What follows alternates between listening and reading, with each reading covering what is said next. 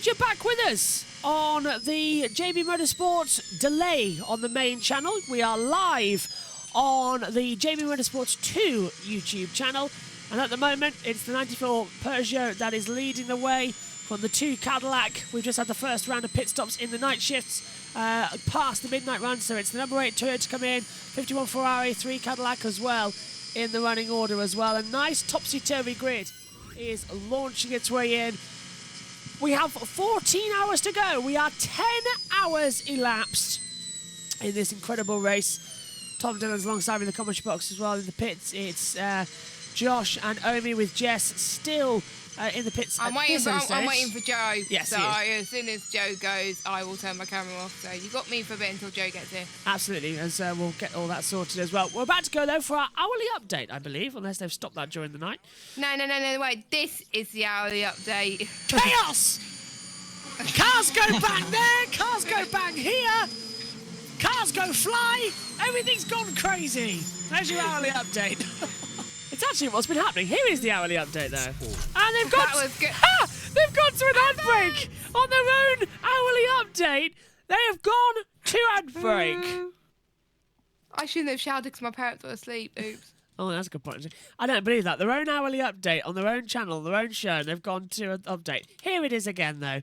Available, thank you very much, to Discovery Plus. Actually, both... Yeah, welcome back, Guy. Hello.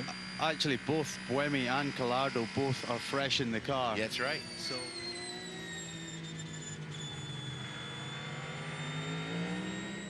Is that it?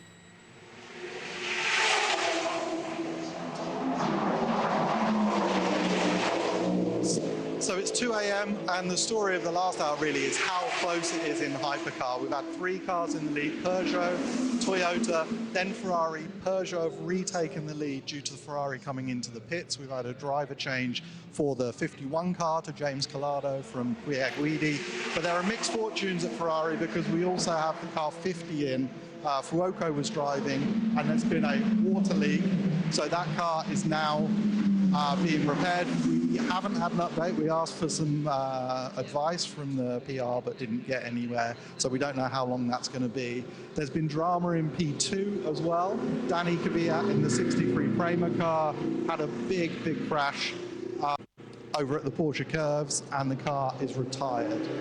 So I think the thing that's fascinating to us is how close it is, because you think you know what order the cars are in and then they come in for a pit stop and they drop way down the order due to these safety car that we're having so frequently in this race, which just keeps on giving us incident. So that's it for the hour. So much going on. Let's see what happens in the next hour. So it's a water leak for the 50 Ferrari, of course. Oh, wow. So that's why they went into the pits then. I am back. Hello, Emmy. We were wondering, weren't we, why they went in? 24 hours for... Yeah, we were wondering why they went into pit lane, to be fair. Now we know. Josh T, you are about to be required from your services once more because the stream's coming on. What time's the crossover for the next one? Do we know? Has it already happened? Josh, you are required in comms chat. Right. Joe having issues. He'll be here in a...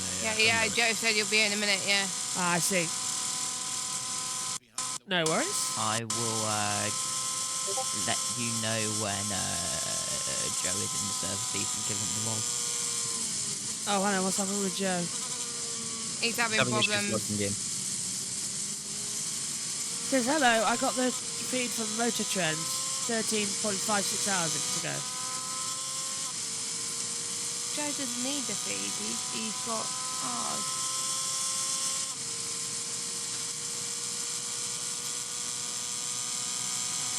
On board with the number 37 Tour Racing. It's a loud car, isn't it, with the radio? Target now is 6:30. We need to save fuel to gain 1 lap. We are expecting some rain, so we need to go long, please, mate. We are currently leading the overall race. I've probably heard that radio before. Really loud, isn't it, that car? Like, super loud. It is. So, probably got something to do with where they've... Well, I mean, to be honest with you, the way the world feed has been, probably just them turning it up too loud. You know, the sooner Eurosport get off of WEC rights, the better. I know they've had it for years, but they're What would you want to see replace it though? Sky Sports. I don't even care that I have to pay. But Josh, you are required in the sick of it. Discord. Which one? Welcome to roll to give the roll to Joe. Okay, let me rephrase. I don't want WEC to go behind a paywall. Although technically it is already behind a paywall because of Discovery Plus. I just want higher quality broadcasting because it is pathetic. You know, I mean, I clicked watch live the other day on the Discovery Plus, and it took me to the qualifying. And it only took me until the green flag had gone that I realised it wasn't actually the session I was after. And then, you know, there was stuff like, for one of the qualifying sessions, I had no commentary for half of the session. I had to sync up with Radio Le Mans. And then, you know, even today, they're not handing down to their pit reporters. They're just sort of fading it out, and they're going to rubbish marketing videos halfway through the race, and you know, missing important stuff. It really is frustrating. It is a bit frustrating, to be honest. Have you got it, Josh? I can't even get him. It's really annoying. Shall I ping you? He's in race control audio. No, he's not. Oh no, he's not. Oh. Joe, if you're watching, go to a random chat or drag you in. No, you have to go to race control audio. We can't drag in from voice chat. Oh, right, yeah, go to race control audio, we'll drag you in. I've added him as a commentator, haven't I? There we go, okay. Now you can join Comms Box 1. Yeah. Where is Hopefully. he? Where is he? He's not here yet. Okay. Oh, Well, I need to change my there we laptop. go. Right, I'm going to be in the pits for a bit and then head off. So I'm going to love you and leave you, and you Okay. can swap cameras, and then Joe could go on camera if he unmutes his mic. Lovely. Well, thank you, Jess, for about, how many, 6 of the 10 hours so far? I've pretty much done 8 8 hours of commentary in one day today. Oh, you can hear me. That's weird. But yeah, thank you very much for having me. And, Pleasure as always, Jess. Take care. Enjoy the rest of your evening. Bye-bye. Bye-bye, Jess. Hello, Joe. Oh, you may that want was smooth. Fab. Right, let's get this camera working. Hello, Joe. If it's camera low. Joe, it sounds like you're using your laptop and/or inbuilt microphone. If you are able to change that, I don't know though. I mean, you might be. I need to change my laptop thingy to AFK. Do not speaking. So you don't vote me again. Right, I'm gonna do that now. Yeah, we've had that one before, haven't we? Jess, down to the pits. Oh, blimey. So, yeah, it's webcam utility. Okay, Josh, I think it's just me and you for a moment while we wait for Joe to get his technical issues sorted out. I know those tech issues well.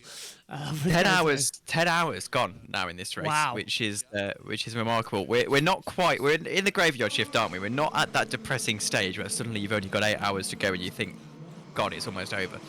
You know, after all of that build-up. But no, it's been spectacular so far, hasn't it? And it has. well, the pits are starting to hot up. The Peugeot should be in a moment. We're expecting them in, as should. Oh no, the number 2 has just pit. So there you go. They've pit out of second and have re-emerged in fourth. This really is a battle between Toyota and Peugeot. I still don't think the Peugeot has a chance, by the way. But you know, you never know. Josh T, you've got the new file. I'm already downloading it. Fab. I mean, for the past, if I look at the thumbnails, it's safety car yellow, slow zone, safety car, 1 in green now. So far. Yep. It's been that kind of day. To keep it over. We've got 48 minutes on the one camera in right now. How long left? 48. 48, okay. Yeah. This is literally how we roll. We're way just more we're than rolling. enough time to. Really, just Well, rolling. by the way, massive production circle of if Joe's having issues, maybe either Omi or Josh T can go on camera. Yeah. We've got it at the moment with our battle go cam. up to the box. Opposite. Are you right? Can Joe, can you hear us at least? I can hear you guys. Oh, so hello, Joe. Hey, Joe. I was trying to figure out this camera thing. So No worries. Well, wait, at least hello. I'll leave you to it as well. Just saying hello to get into it. So the Ferrari then with the water cooler issue, that's the 50. So the pole sitter, unfortunately, has dropped back. So it's looking, Tom, that it's either going to be Peugeot, Toyota, or Ferrari, the 51. It's going to be Toyota, isn't it? Just to It's going to be Toyota. And, you know, I don't want to be smug or anything, but almost like I told you so. I mean, you know, I said, to be fair, I wasn't on Thursday's broadcast, so I didn't say it on stream, but I did say it somewhere. And, you know, I just said Ferrari, people are hyping them up too much. You know, Toyota were always going to do their regular thing of, you know, take the lead straight away and then just run away with it. And in effect, barring safety cars, that is exactly what has happened here. Peugeot lead, and to be fair, they lead right now by 7 seconds, so that would suggest they haven't taken tyres at their last stop versus Toyota, who potentially has. But Toyota is still in control of this race. They've got the superior pace, and at the end of the day, that Peugeot is, well, you know, I'm not going to use the term, but it rhymes with hit box. That 50 Ferrari there now 4 laps down as we see some more cars going straight on down at the Daytona chicane. It's a GT car, looks like a Porsche to me from this little angle. So 4 laps down already with a water cooler issue. I mean, Ferrari were desperate to win, and now it's not really going anywhere. But Peugeot, no. Toyota, yeah. Cadillac are way out of it. This is all just pretty much going crazy, isn't it, for their club? Oh, an advert! What a surprise! Wasn't there only just one about a few minutes ago as well? Oh, hello. I love how we complain about adverts like they haven't been happening every 15 minutes the last 3-4 years of Eurosport. I mean... brilliant news! Guess what's working? Driver tracker! Hey, that's good news. I can have that on my on my pad whilst I go to sleep. I love how none of us we just completely blanked that. I thought it was going to be something like maybe. Oh, hi Joe. We can see you now. Joe's on camera. I thought it would be something a little bit more. I thought it would have been something like a little bit more exciting, like live streaming was back on the main channel or something like that. No, it's back, and now we have. Well, we had Adam on earlier, and we as well. Now we've got Grid Network anchor, owner, everybody's favourite. It's Joe Samaniego. Hello, Joe. Excited to be here. In an exciting 24 hours of Le Mans, and just still shocked with Toyota being out with just one car left. What a crazy race, and a lot of cautions. Something else, but it's going to be, I think, a lot of fun going into the night. Into the graveyard shift. We've done this before, haven't we, gentlemen, as well, coming into this one. And Joe, just getting your thoughts on this. I think we were just talking as well while we get the webcam on. It's Toyotas, isn't it? It's number 8 Toyota, once again going for it. It's been a good, exciting first half of the race. Now it looks like it's going to be predictable for the second half. Looks like it's going to be predictable, but unless something happens, like what we saw in the number 7 Toyota going out, it's still a very long race. Anything could happen.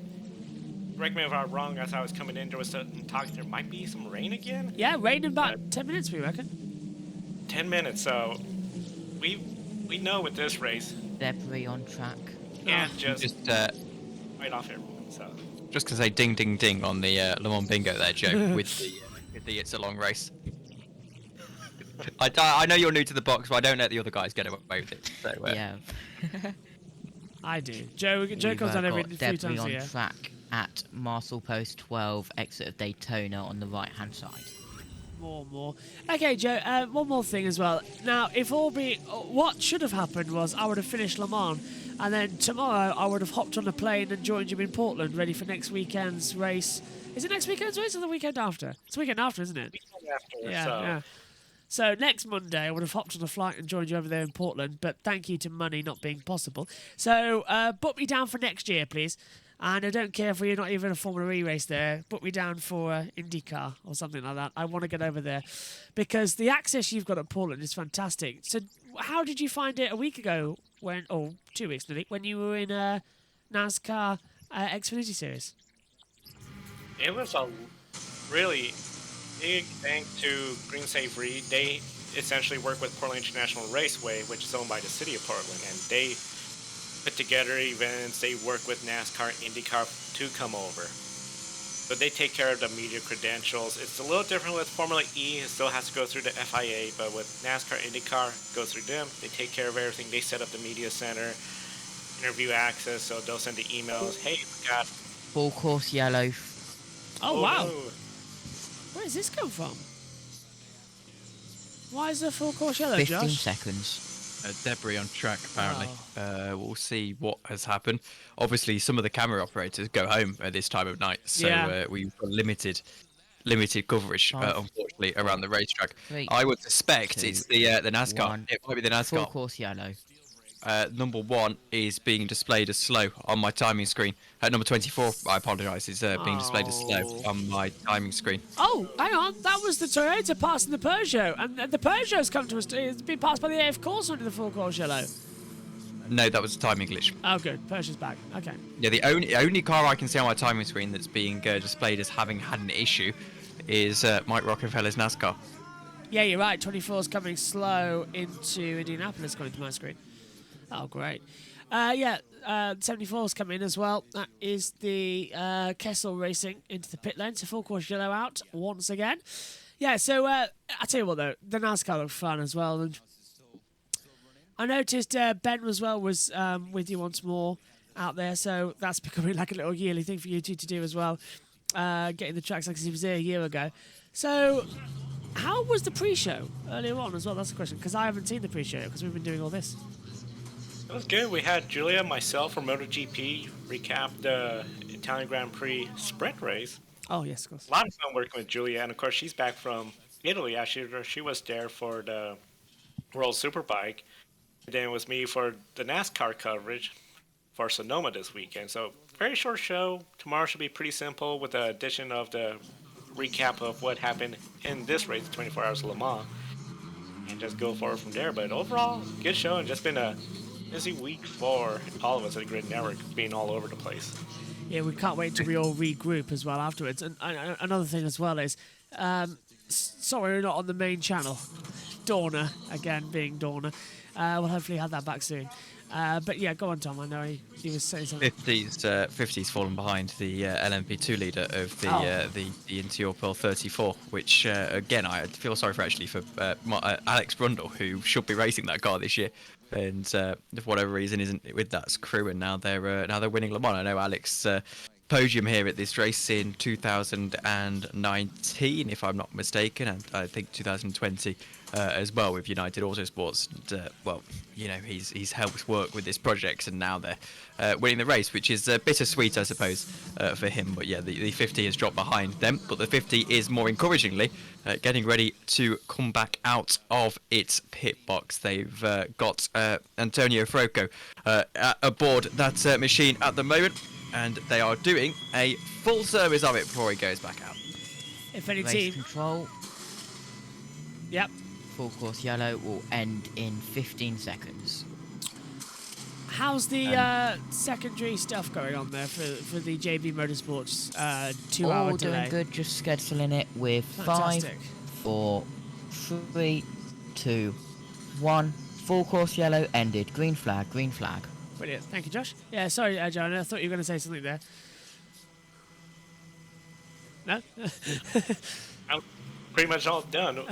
It's exciting that, you know, we're going to be here and it's some more green flag racing going on again, because it's been just really surprising from the very start of this race. Full course safety car on lap 1, seeing some of the crashes. That one that took out the number 7, that was really surprising. I think that's a big talk of the race so far. We'll see what happens. It's just going to be one of those deals where for the drivers, they just got to be on top of it throughout the night, and especially as we've been talking a little earlier, rain coming. It's just going to be something else. One question, I know Formula One, they'll have folks sometimes out of the track at points for when rain comes. NASCAR, you see spotters.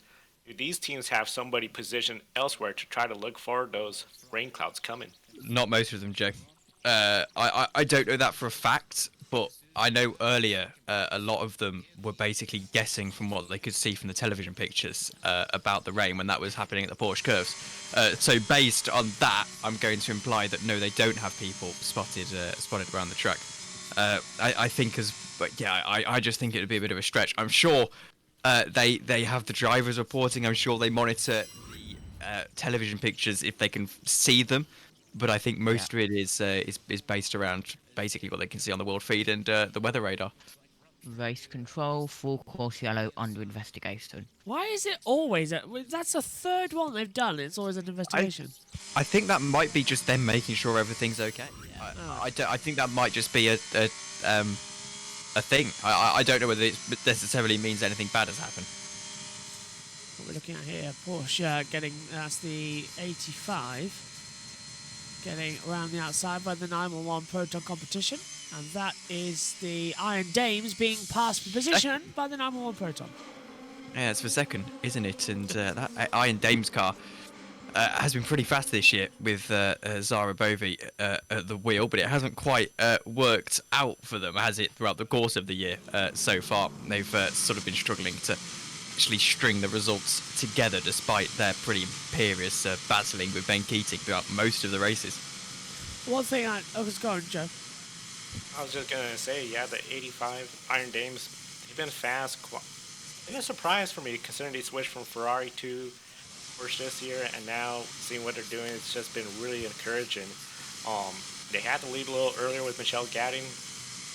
Just one of those deals where I think this could be a really good podium finish for them. They could keep it up. It'd be really exciting. I know he just needed some good results because they just sometimes just seem bad luck has just been getting at them this year.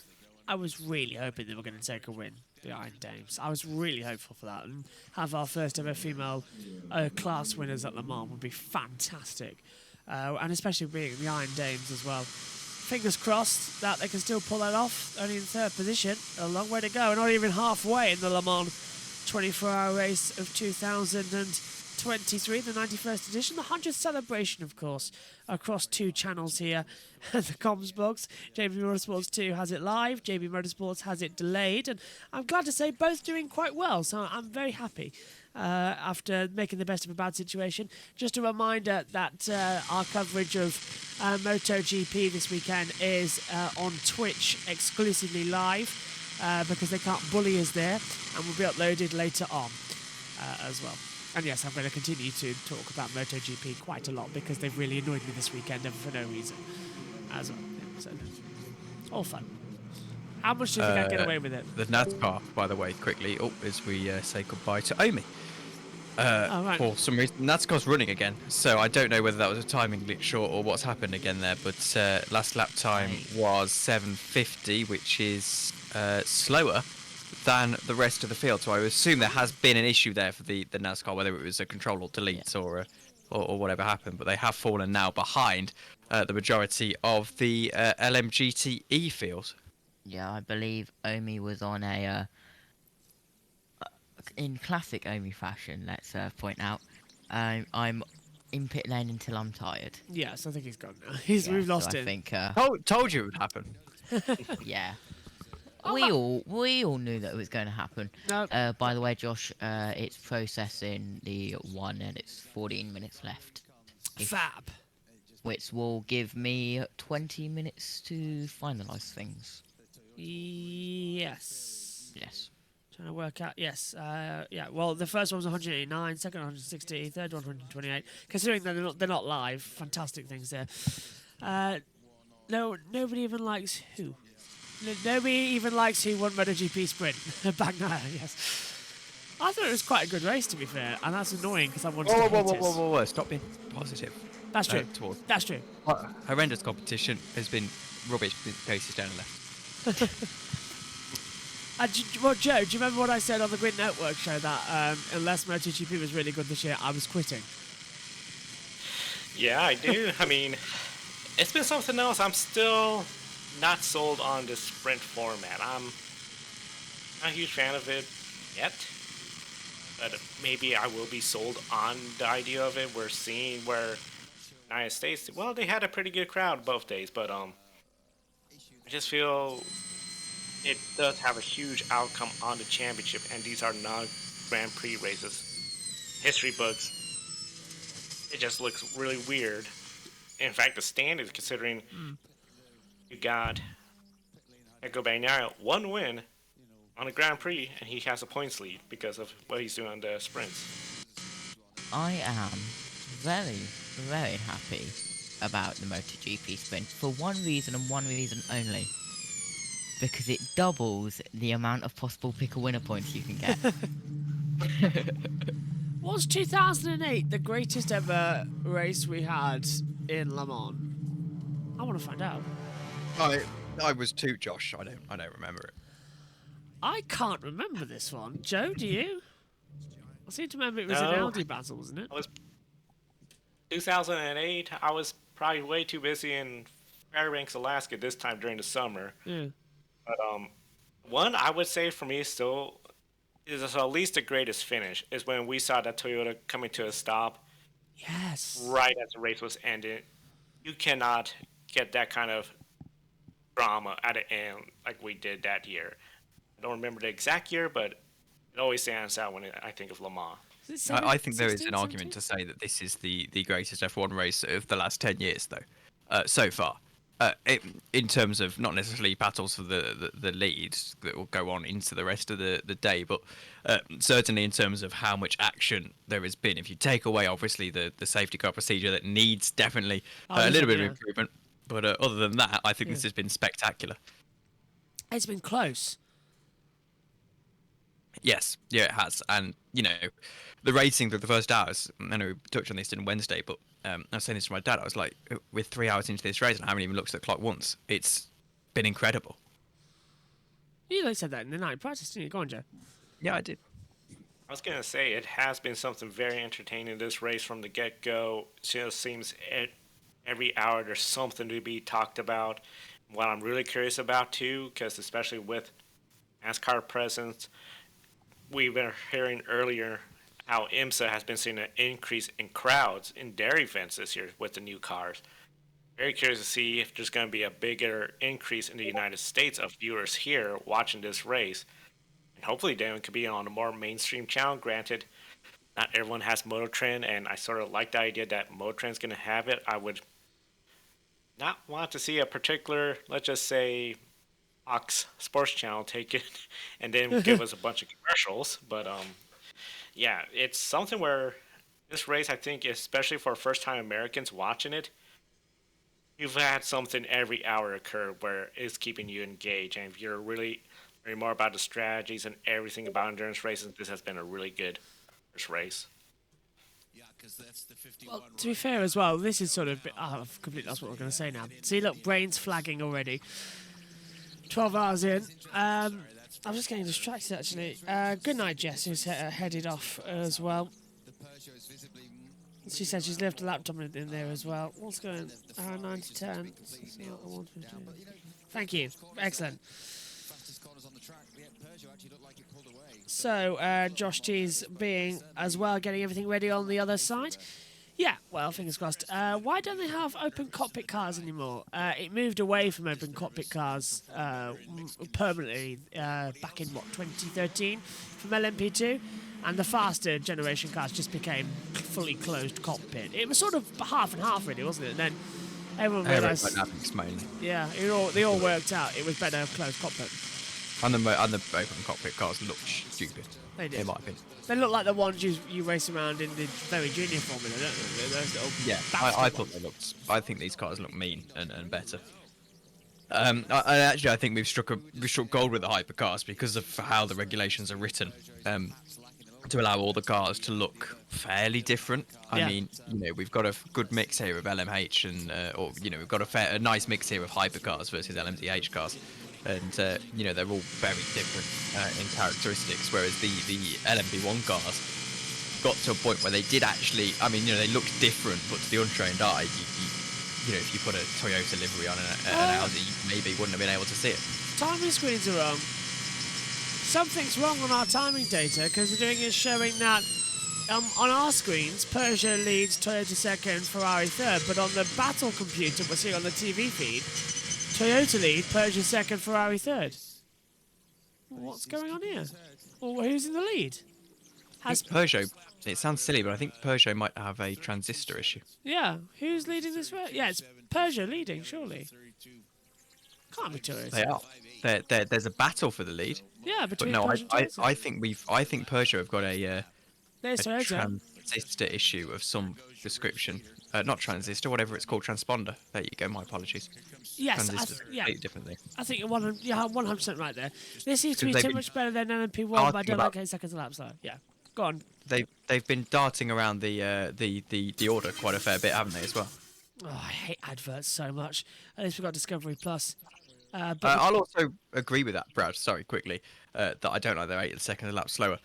I totally agree. They are much better than LMP1 cars. I really, really like these cars. I think they are the golden generation that we've been promised. But again, I think you just sort of have to make peace with the fact that these are different to LMP1 cars. You know, they aren't a next generation LMP1 car. They are a different top yellow? class.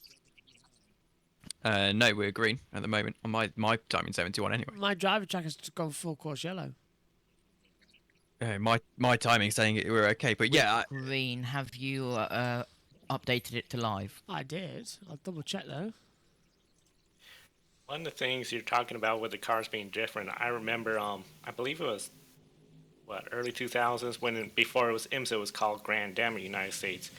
Those prototype cars looked all so similar, and was just, never really got into it that much. I think probably that's why by 2008 it was like, didn't really follow sports car racing. So seeing these different cars, all with the same, same rules essentially for the hypercar, but different ideas, different body styles, like the Peugeot with little to no wing. I think it gets a lot of the casual fans excited because you just see something where everything looks the same. I think it has a bigger impact on the fans because it's just something where they all look the same. I don't really have that much interest because I can't relate to it besides a logo of Ford, Chevy, GM. We saw this with the next gen car back in 2007, which was called the Car of Tomorrow. They all looked the same. They all had a wing. The only difference was the logo and some decals. I went away to the modern NASCAR that we have where fans could say that's a Camaro, that's a Ford Mustang, or a Toyota. But I think it really is exciting to see with LMDH, the hypercars, different personalities of the cars because they just look phenomenal. The Ferrari looks great, the Peugeot looks great, and Cadillac. That's sort of been a surprise for me coming up here to Le Mans and doing this well so far. Yeah, no, I think you've hit the nail on the head about the different, the fact that you're getting behind a logo. And then I think Brad says that if it happened in F1, everyone would have a meltdown, and I agree. But I think the distinction here is, as I alluded to earlier, these are Formula One. It's a Formula One car. So if you have a new regulation, it's the next generation of Formula One car. If they're a couple of seconds elapsed slower to improve the racing, people sort of grumble and say, yeah, okay, they'll catch up eventually. Whereas this is LMP1 has been got rid of. These aren't LMP1 cars. Yeah. These aren't the next generation of LMP1 cars. These are a new car. It's a totally new category with all of that. So that's why there hasn't been so much of an uproar, because people appreciate LMP1 was getting too expensive, so we'll get rid of it and we'll create hypercar, which is this brand new amazing thing. And also to answer the last question that Brad had, Mercedes, to my knowledge, don't have a plan to join in hypercar. I would be surprised if they did as well, because of they were talked the about F1 it. commitments. They talked about it, but it was a link up with McLaren, wasn't it? That's something that I was following last year, and I said it on the Grid Network show when we were talking about typically teams have been choosing F1 or hypercar. Yeah. Audi did that. Aston Martin as well chose F1 over hypercar. In fact, they chose F1 over GT as well. And then, of course, we've had a few others.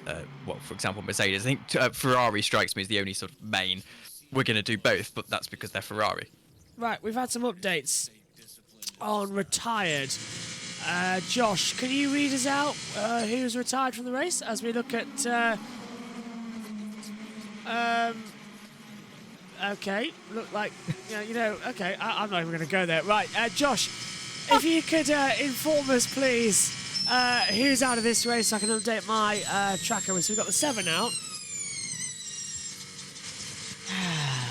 I can Because on the official feed, I've got the 7, the 13, the 14, the 16, 21, 55, 60, 66, 72, 75, 83, and 923. But I haven't got them all on my board. So could you read out those Dear numbers? viewers of the JB Motorsports, this is another prime example of trying to eat cold pizza from last night, and Josh throwing down to you. Joe, if you join JB Motorsports and on a long endurance race, more than just this time, you'll get used to it. It's Why fine. should drag Joe on for a race? Go on. F1 Where race. it is? Yellow Here flags. it is. Oh, Where? It's not telling me on our timing screen. It's gone green. Never mind. Go on. oh, it is. Let me just get the refresh the timing screen for you. Yeah, because I'm looking at the driver track and it's telling me who's out. It's just I can't see the numbers when I'm standing up at the lead board as well. It is the 7, Yes. 66 Where's that? LMGTE AM 66 I haven't got. Next. 923 Oh, that's out too. Racing Team Turkey. Oh no. Go on. the 75 Category. Hypercar Hypercar. Yeah, Porsche Penske out. 72 GTE Yeah, got that on TF Sport. 83 GTE. Yep, Richard Millet, of course, sir. Yep, 16 GTE. Proton competition. Yep, got that one. Yep, and 60. Wait, hang on a minute. They're stopped, not retired. But yeah, 60 GTE. Iron Links. Yep, Yep. that was crashed into. Yeah. 55 GTE. Yep, GMB. Oh, and Cadillac Racing number 3 has had a problem in the pit lane. Yep, 21 GTE. Yep, AF Corsa. Oh, 3 spin. The Cadillac's had a spin. The 3 Yeah. Cadillac has had a spin. Coming into the braking zone And as well. then what one were we up to? Where were we? AF Corsa Oh. 21. Stream's gone a little bit weird. Is it? The timing screen's totally frozen. You know. Who's on the screen? Think of it. Have you changed the battle screen, Josh? I have gone to battle screen, yes. We're on lap 128 on the timing screen. It's lap 132. Oh, So the live timing has gone down completely. oh, marvellous. So your order at the moment is number 8, leads from the 94. So it's Buemi, Muller, Collado, Lynn, Estra, Bourdais, De Resta. That's your top 7 anyway. That explains it then. Yeah, Toyota, Peugeot, Ferrari, Caddy, Porsche, and then Caddy again. Here is a. This is going to be for second place in a hypercar. It's going to be James Collado going around the outside. He's a bit of a master of the night at Le Mans, and here he goes around the outside of the Peugeot. That should be a fairly simple move for him into Indianapolis, and in the end, that is exactly what it is. I say that hasn't updated the timing screen, so I'm not going mad, am I? I've just seen him overtake a Peugeot. I think everything's going wrong. Go on, Joe. I was gonna say, it looked like he overtook him. Looked like he came up on some lap traffic as well too, which helped. Oh, there you go. If possible. So very good. Very good to see Mr. Collado in the Ferrari. Just seeing what he's been doing with that Ferrari car up there, first year. I was having my doubts, especially early on in the race when we saw the 2 Ferraris. So really racing each other really hard. It's like, let's not go there. This is a 24-hour race. Guys. Have we discussed, by the way, Fabio Scherer at all in this race? Because he's got a very interesting story from earlier on. No, we haven't. Go on. He has broken his foot. One of the Corvettes drove over his foot in the pit lane and broke it, and he's still driving on. He said he prefers to win the race than to he prefers to win the race with a broken foot than to not race at all. So he's driving right now with a broken foot. Who's that again for? Fabio Scherer. Well, he's not driving right now, I don't believe, but he is with a broken foot. Cadillac number And, 3 in the pit lane. I've just remembered. Who's excited to see Joe and Adam in the same commentary box again? That's going to be fun. That would be fun, yeah. Oh. He is, by the way, with Inter Europol. He's done Is he? 2 hours. He got over He's done in the lead of the LMP2, the 34. He's done 2 hours 47 minutes at the moment. Best lap time of 3:43.3. He's not actually he's the slowest driver over his team by quite some margin. Actually, the gold at the moment. But that being said, I think we can appreciate that. I think we can accept it. I think so too, 100%. But I would also suspect that they'll get his drive time done and then call it a day for him, because you can't be putting him for too long in with a broken foot. And the concern as well for that team will be if he wakes up in the morning and is in total agony. Because you know these things, when the adrenaline wears down, can be pretty bad. And no needle policy as well, so they can't do anything. Same as MotoGP. Only Unless he practical. goes to the medical centre, maybe, and they give him painkillers. Would he then be ruled out on medical ground? That's another thing you've got to be careful of, isn't it, these days? He's already had to go to the medical centre to get that Oh, checked, right, otherwise yeah. he wouldn't know he's broken his foot. So surely the medical centre can offer him painkillers because they know it's okay, because they're in the medical centre. Brad says, Josh, are you staying awake the whole 24 hours? Yes, I am. I'm missing 1 hour because I've got to go cover the MotoGP on Twitch. That's it. So I'll be here for all of it. Annoyingly, because they've been bullying me this weekend, but still, got to do it. It's really great seeing Scott Dixon now back in the number 3 Cadillac. Of course, Scott Dixon, great career in IndyCar, has another good year going. Oh, looking for that win, but I think overall, if he could bring home a good finish in the number 3 Cadillac into this race, I think it'd be really great. And it's just, I think, one of the things now that we see in NASCAR car here, I would really like to see in the United States, especially NASCAR to race in Sonoma.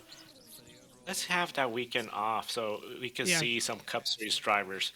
You know they're getting better and better on the road courses. They got more road courses. Have them come out here due to the 24 Hours of Le Mans. I think it's just one of those races, especially NASCAR. They're making a huge deal of the Garage 56 effort this year. Are we really just going to have nothing next year if there's no Garage 56 effort by them next year? I think they have to look into giving the off weekend 2 drivers for this race. I find that really funny because V8 Supercars at the moment is having the opposite debate, where people like Shane Van Gisbergen has just announced that he's doing one of the NASCAR Cup Series races. I know Adam will be gleeful at the fact I'm discussing V8 Supercars here, but V8 Supercars are discussing actually our schedule isn't packed enough. You know, we're giving drivers too much free time to go away and risk getting injured in NASCAR in Le Mans and things like that. So it's really funny that you've got 2 series that have basically, got 2 polar opposite debates going on. Brad in chat. I'm sorry, Joe. Oh, go ahead. Yeah, just quickly, Brad in chat saying this race needs some rain. Latest weather update, there is no threat of rain at this current time. Oh, well, it 30 was... and the 8th in. I think we've had a fair bit of rain.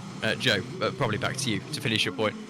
I was going to say, it's interesting that with supercars, I feel you look at NASCAR, IndyCar, they're the top motorsports where drivers from supercars like Scott McLaughlin have come up.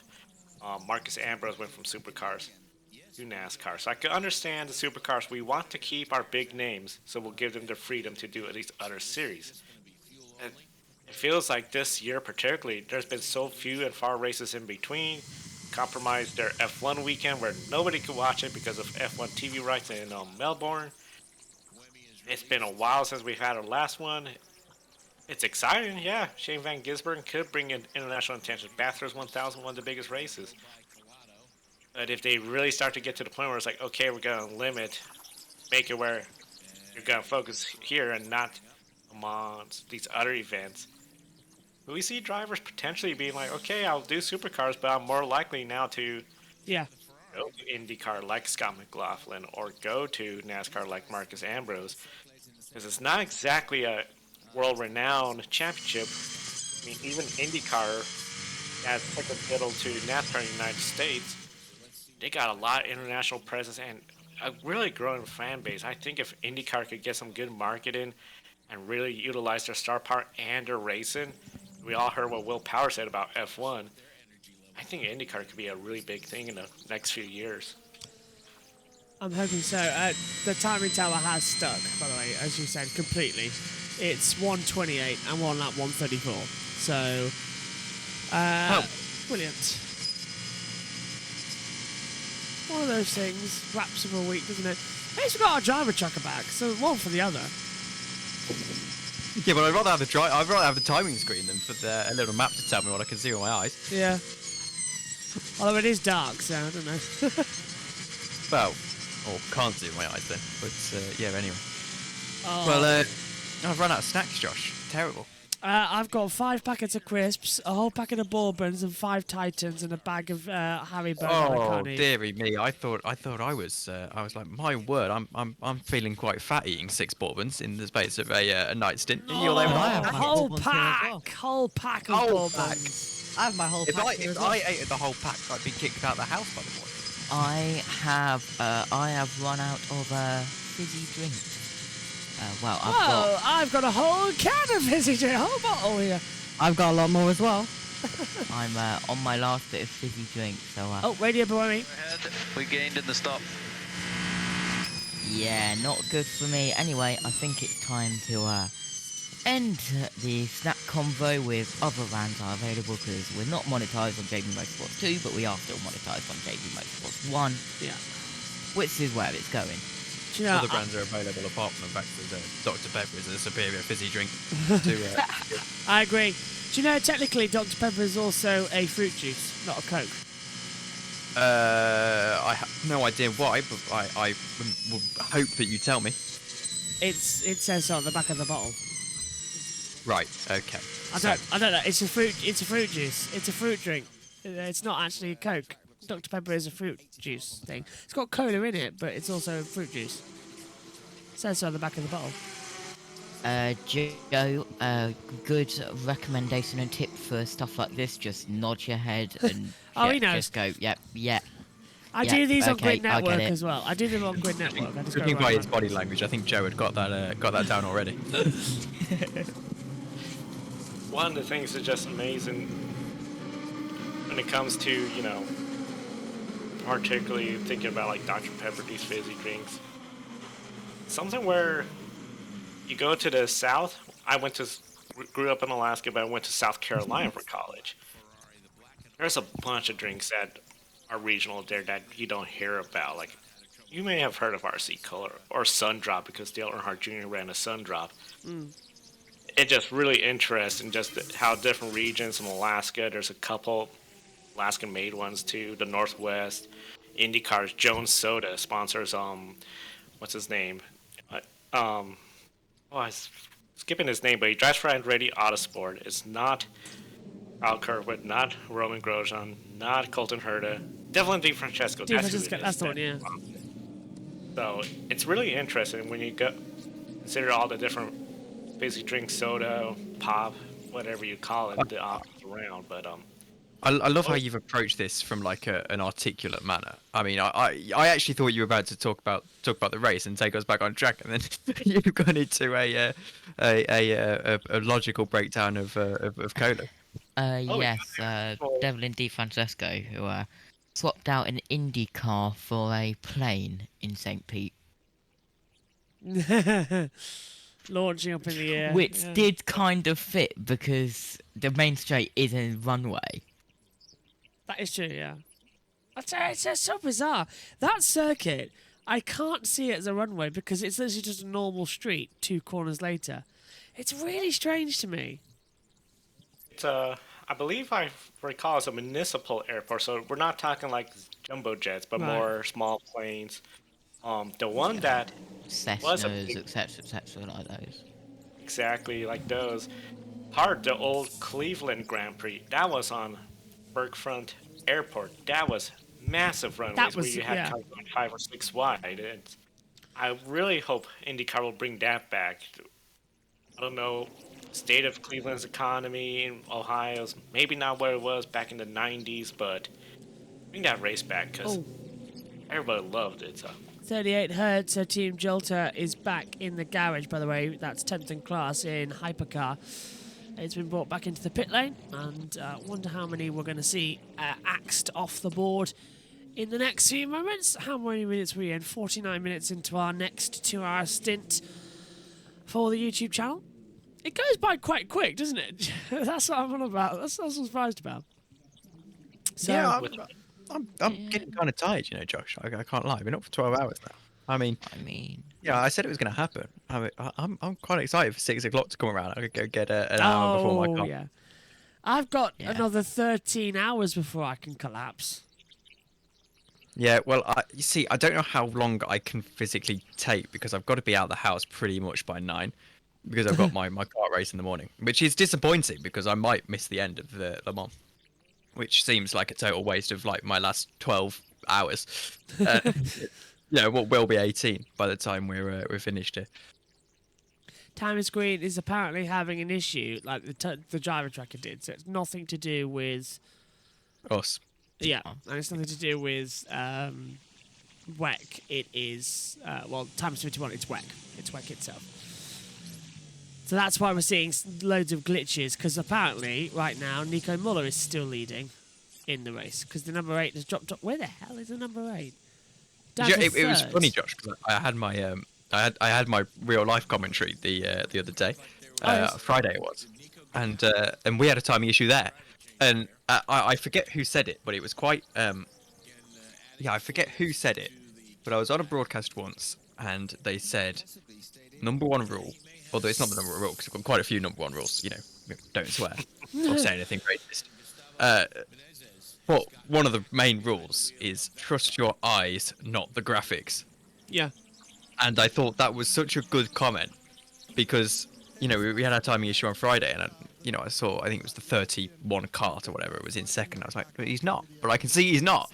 And turns out I was right. So, yeah, you always trust your eyes, not the graphics. Go trust this graphic. Sebastian Webber's down in the pits. They're fighting Utz for the win, and I flashed him a couple times. He kind of moved over, blocked and whatnot, and then I got to the 4th chicane and flashed again. I got like 3/4 alongside him, and he just turned in, and we made contact.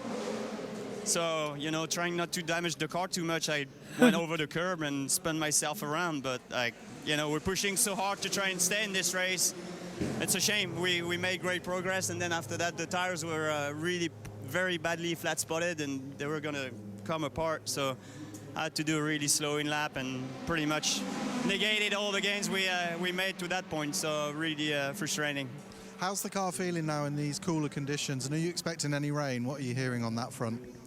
I mean, I think we still have a shot if we can get back in the lead lap. But it's just it's tough, and when you fight your way back, you take more chances. So it's always a tough balance. But I think as long as it's not raining, we should be okay. Do you hear anything on the radio about rain?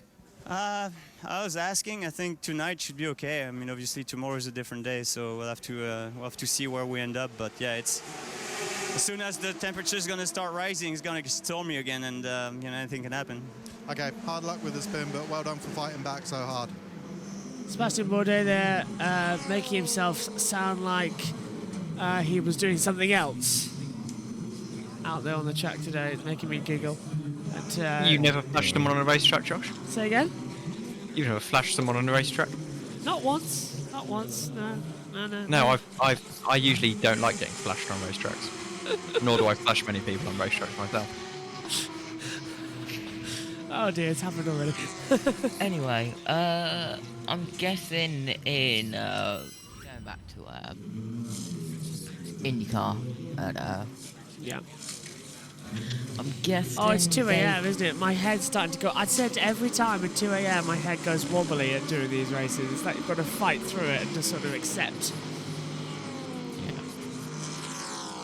Do you know, I was thinking. That works. Yeah, Rexy's going well, isn't he? Up in first, 35-second advantage. Yeah, Project A1 is going fantastic in the GT AM class. Haven't talked much about the AM class today because all the folks have been on Hyper. And rightly so, by the way. Hypercar has been absolutely spectacular. Actually, also, I'm not actually bothered. Next year, it's only going to be a Hypercar, LMP2, and GT3. That's good. LMP2 is gone next year. Not in Le Mans, though. Not at Le Mans. Yes, no, you're right. I see where you're coming from. guessing like the going back to St. Pete real quick. Talk about the planes that St. Pete can take.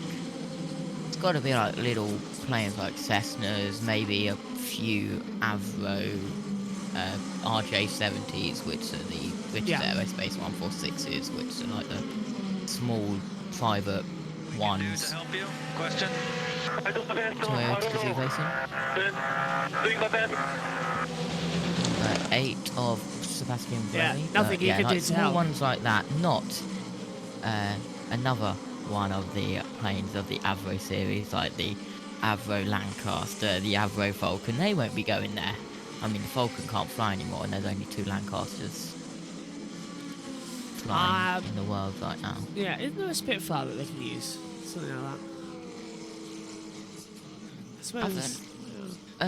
The BBM or whatever it is, British Battle Memorial Flight, BBMF or something like that. Something like that. Battle of Britain Memorial Flight. There we go. Don't they have like one of the only, if not the only, surviving still working Spitfire from the Battle of Britain? I've sat in it. I've sat in that Spitfire. Josh, Duxford. you see that door just over? I think it's to your right. Yes. Do you want to unlock it and walk outside? No. It was at RF Duxford. I've sat in it. I've also sat in one of the Luftwaffe planes as well. The difference. No, don't go around advertising that. No, I know. But no, the difference between the technology was amazing. Yes. And It also, really was. not Yellow the flag. British Aerospace, the British Aerospace Hawk. I don't think the Hawk T1 jets are going to go there. We've got a yellow flag, by the way. No, but Duxford, RAF Duxford here in the UK, have got things on all sides of the wall. Yeah, Some they have. fantastic stuff as well. Fantastic technology. I'm relatively near RAF Cosford. That's a nice little museum. Where is this yellow? We don't know. I couldn't tell you because timing is down. So we're just sort of waiting. I can tell you as well that it's on Studio Vision as well. This is a battle for the lead in LMP2. This is interesting. Inter Europol versus the number 30 car. It's Inter Europol versus the QN team. I apologise, that name may be butchered ever so slightly. They are relatively far apart, actually. They've got a little bit of hypercar traffic ahead of them as well, but it's Neil Jani and Jakub Simonszewski. It's at Daytona Chicane. I think it's an LMP2 that I'm seeing stops. Wow. We don't have a camera down there, actually, come to think of it. I'm trying to hang on. I'm about to see what car it is. It's the 32 that has stopped at the chicane, and it is the Inter Europol competition that has stopped Again. at the chicane. Yeah. Well, it's The number 30. Slow zone. Be careful. We've got a slow zone. Slow I was zone. going to say, Yeah. be careful trusting that because of the timing issues.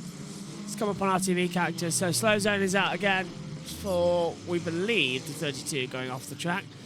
Yeah. Must be I'm stuck in the gravel. Going back towards the military stuff. Yes. I'm right in the middle of military land in Wiltshire, or for you Americans, Wiltshire. Whatever floats your boat, I guess. Here is a replay of what happened at the Daytona chicane. No! Into that the is wall. the 32. Yeah, 360. On the brakes, it flicked towards the left and hit the wall hard. Did a 360, so it's damaged the barrier as well. I wonder if that's going to be a safety car to repair that. No, it won't have damaged the barrier enough for them to repair it.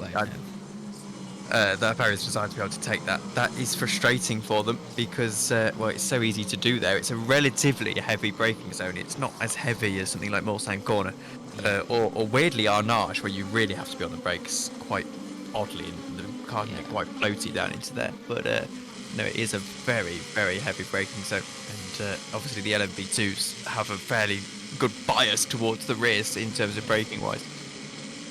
Yeah. The way it walked, it didn't look like it moved that much. I don't think we're gonna see the Bears need repairs. No, I think you're right on that. So if it can get going, hopefully just a slow. Yeah. Oh, it's time What are we doing? for the thing that we've all been waiting for. Adam. Yes. Oh, hang on. Yeah, I have like All of What's the Apache happening? helicopters are based 20 minutes that way. Hang All on of- for a second, because we should probably address this. There's a tow truck now on the track. Yeah. Oh, time is back. Time is back. Time is Yeah, back. Time's Wonderful. back.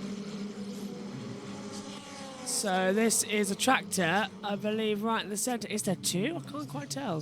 Is that a full? No, slow zone still in effect with 32 stops. It's difficult because you can't see anything No. down there. It's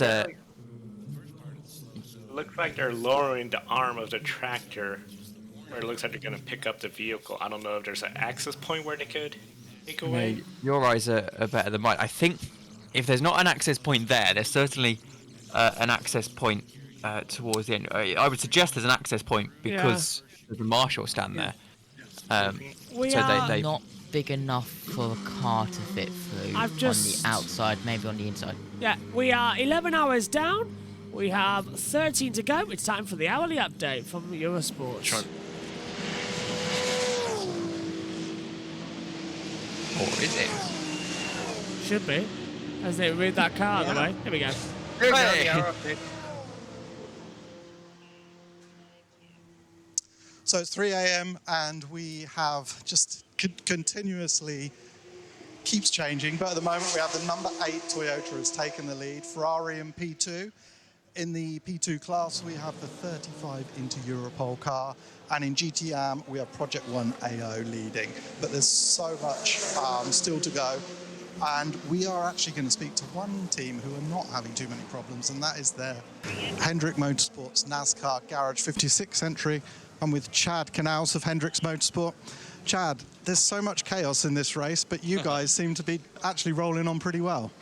It is. It's been interesting to learn along with everybody else how the safety cars and the A, B, and the C and the merge and all of that's going on. But yeah, our guys have done a great job maintaining good pace all night long. Our driver roster is really amazing, obviously, as we all know.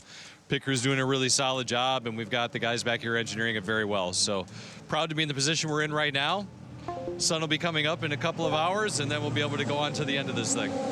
How are they talking about the car in the rain? There could be some weather still to come. Yeah, we don't necessarily have the pace that we want to have in the rain. I think that our car is rather large, and as we slow down, we lose much of the downforce like everybody else. So we lose a little bit of that advantage that we've got in the dry. But we're managing it well. Jimmy did a fantastic job out there. He got thrown out there, and it was getting dark, and it started to downpour all at the same time. And he doesn't know this racetrack very well. And I think throughout all of that, he maintained a great pace and good, solid track position for us. Okay, well, fantastic job so far. Good luck for the rest of the race. Thank you.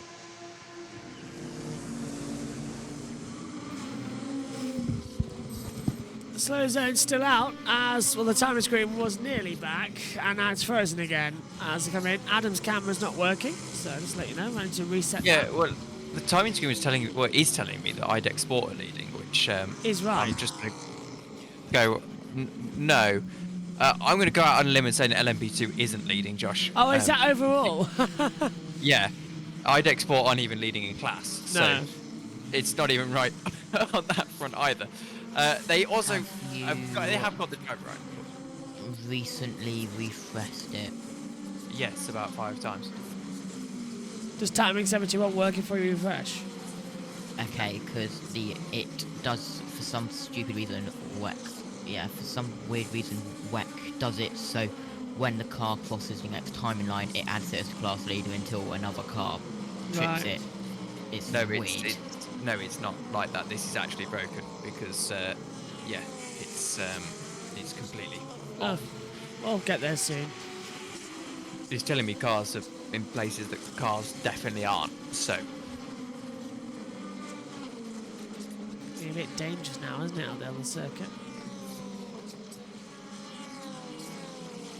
yeah, as I said, I don't think IDEX Sport are leading. So this is totally wrong. Ah, how helpful.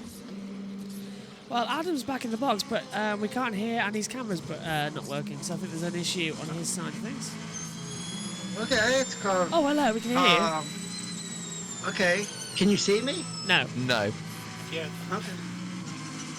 I can hear you though. we can hear you. Hello. Okay, we'll just do that then. How's that? Yeah, That's all right. Well, hopefully it works soon. It might just be a little bug. I did actually want to grab you and Joe up on the same screen to have a little Grid Network reunion, but it's not going to work. So I suppose we'll just pretend that Tom is Adam. It might work if Adam tries to scam her again. Don't know if it needed like a reboot. Hey! Right. I'll tell you what. Tom, can we send you to the back rooms for 5 minutes? Well, dearie me, yes, if you must. Come on now, Tom. It's called, yeah. I mean, I haven't seen Joe in a long time, so I can say I enjoyed all the coverage from Portland, Joe, and I love your poster you have on your wall. Thanks, yeah. Portland was great. Been wonderful. Yeah, I know we've been seeing you in the chat room and all that, but yes, you have. I was see me in the chat. It's called, yeah. It's called 24 Hours of Lamar.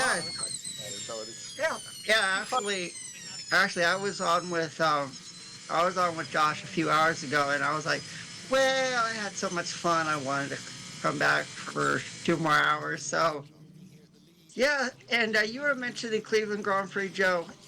That's one race I want to see come back as well as the street course in Denver and Vancouver, Canada, and going around Pacific Place and going through BC Place Stadium. That IndyCar track was incredible, and you would agree with me. Can I just ask, Adam? Sorry, you said you're here for 2 hours. Yes, 9 p.m. Eastern till 11 p.m. Eastern, and then I'm just gonna go and watch the stream. Awesome, Joe. Are you also here for the next 2 hours? I assume. 2 hours, but I said I was available for up to hour 14, so I can do 4 hours awesome. because I'm in Portland. Cool. Josh, I'm probably going to take my nap now. That's right, Joe. So that I'll go have 2 hours, come back, All and it's okay. Sure. Get it out of the way early, and yeah. Power nap in. Little power nap. Good Okay, idea. I'll see you guys.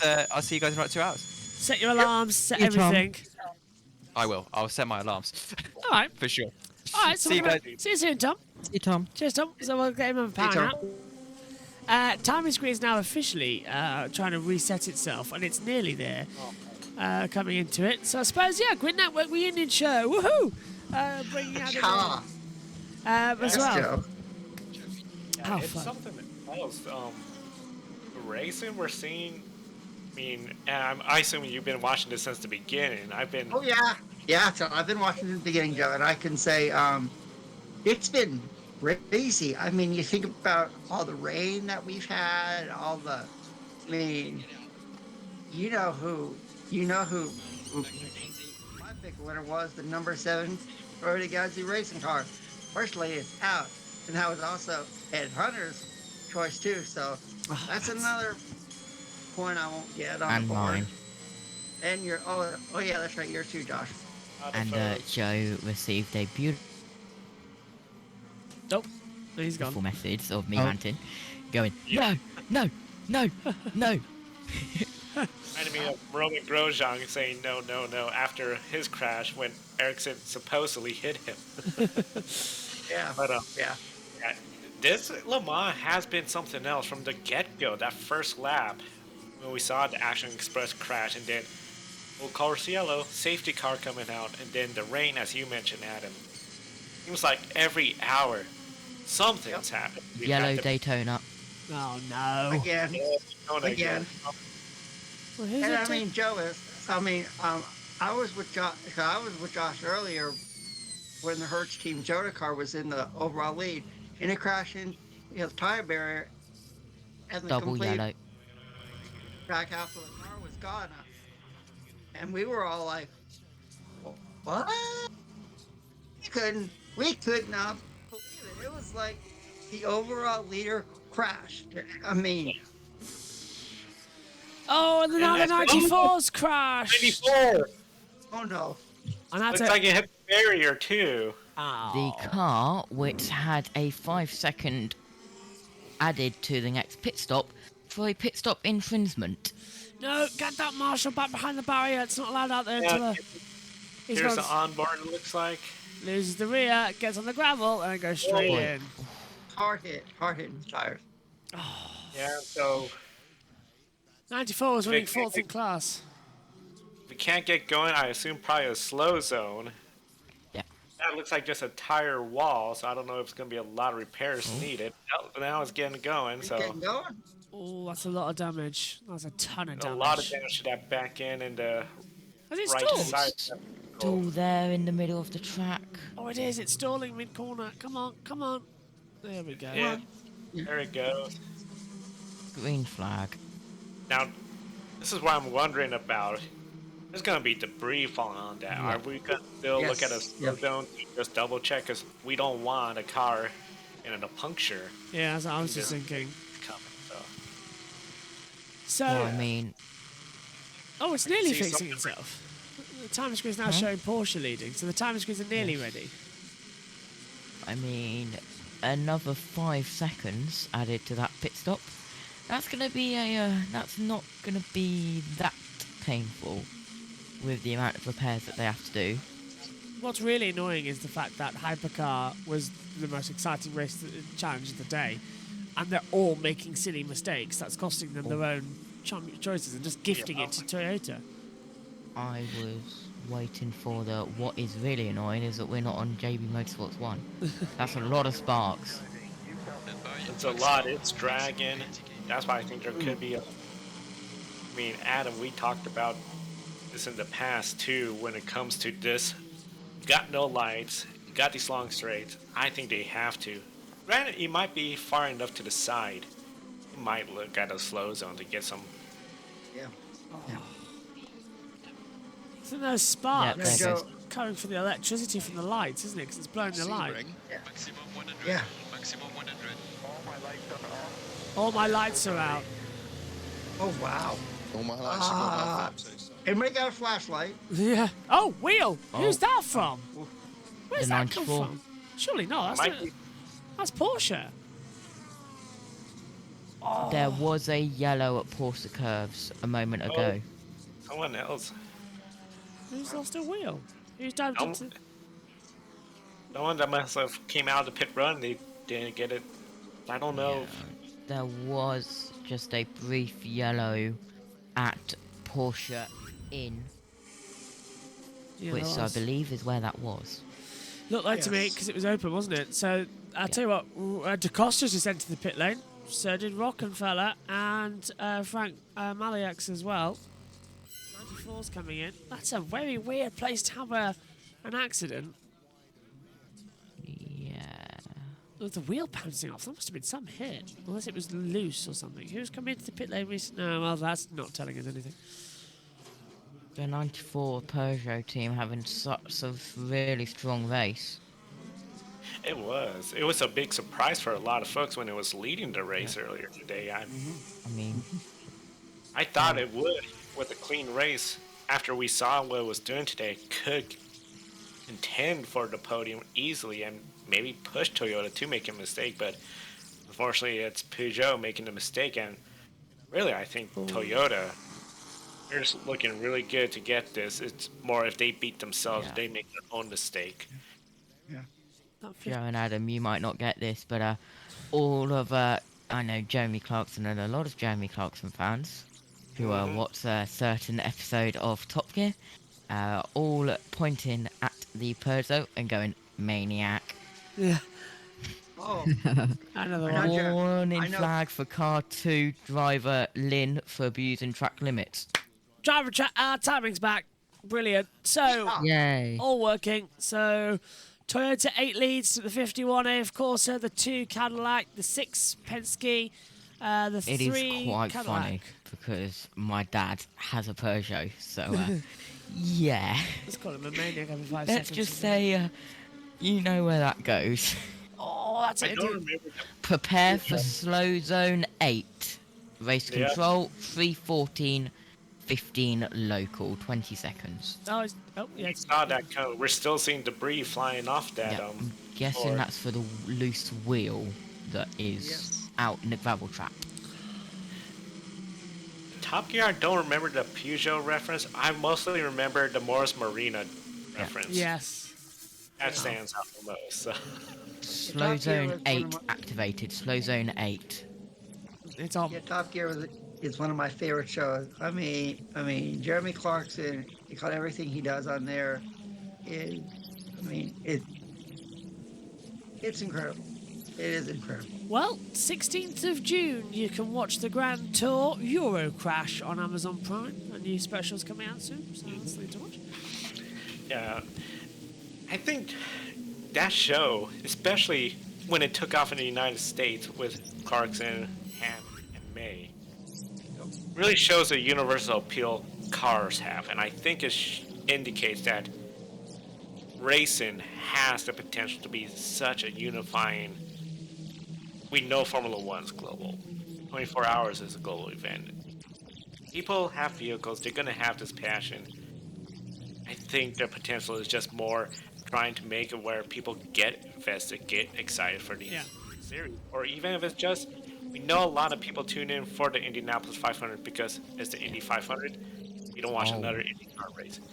24 hours long, we had LeBron James here. There's potential to get more fans involved. I think it's always. We even had Tom Brady here too, Joe, for Hertz Team Joda, and it was like, when I heard about those two guys coming over there, it was like these sports stars are starting to love motorsports.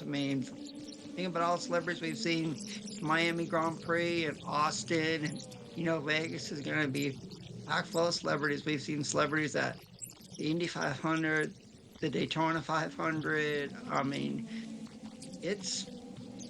think it's pretty cool to see all these star-studded celebrities at all these motorsport events. Everybody loves cars, so hey. Yeah. That slows Yes, Josh. Yes. Go on to race control messages on stream. A pit stop is under investigation, but for what car? I can't see it on my screen. Car 50, the Ferrari hypercar. No. Really? What is it? Toyota just cursed the entire paddock this afternoon or something like that. Oh. Granted, is it the 50 car you said? The one that's a lap down is being investigated? Yes, the 50. Oh, great. Oh, and do we I just will keep you updated when it comes up and when I finish my pizza, cold pizza. I presume, Joe, you've got Motor Trend on. Yeah. I've seen the same pictures on Discovery. Yeah. Oh man, that car is just shredding. We saw Action Express. They put together the car again after the first lap to get it back. They're not even approaching. They're just sort of looking at it. It's gone completely flat, hasn't it, that tire? Completely flat. One thing, Anna, you brought up Miami. I have to, because I remember after the Miami, there was some people not a big fan of the driver's intro in Miami.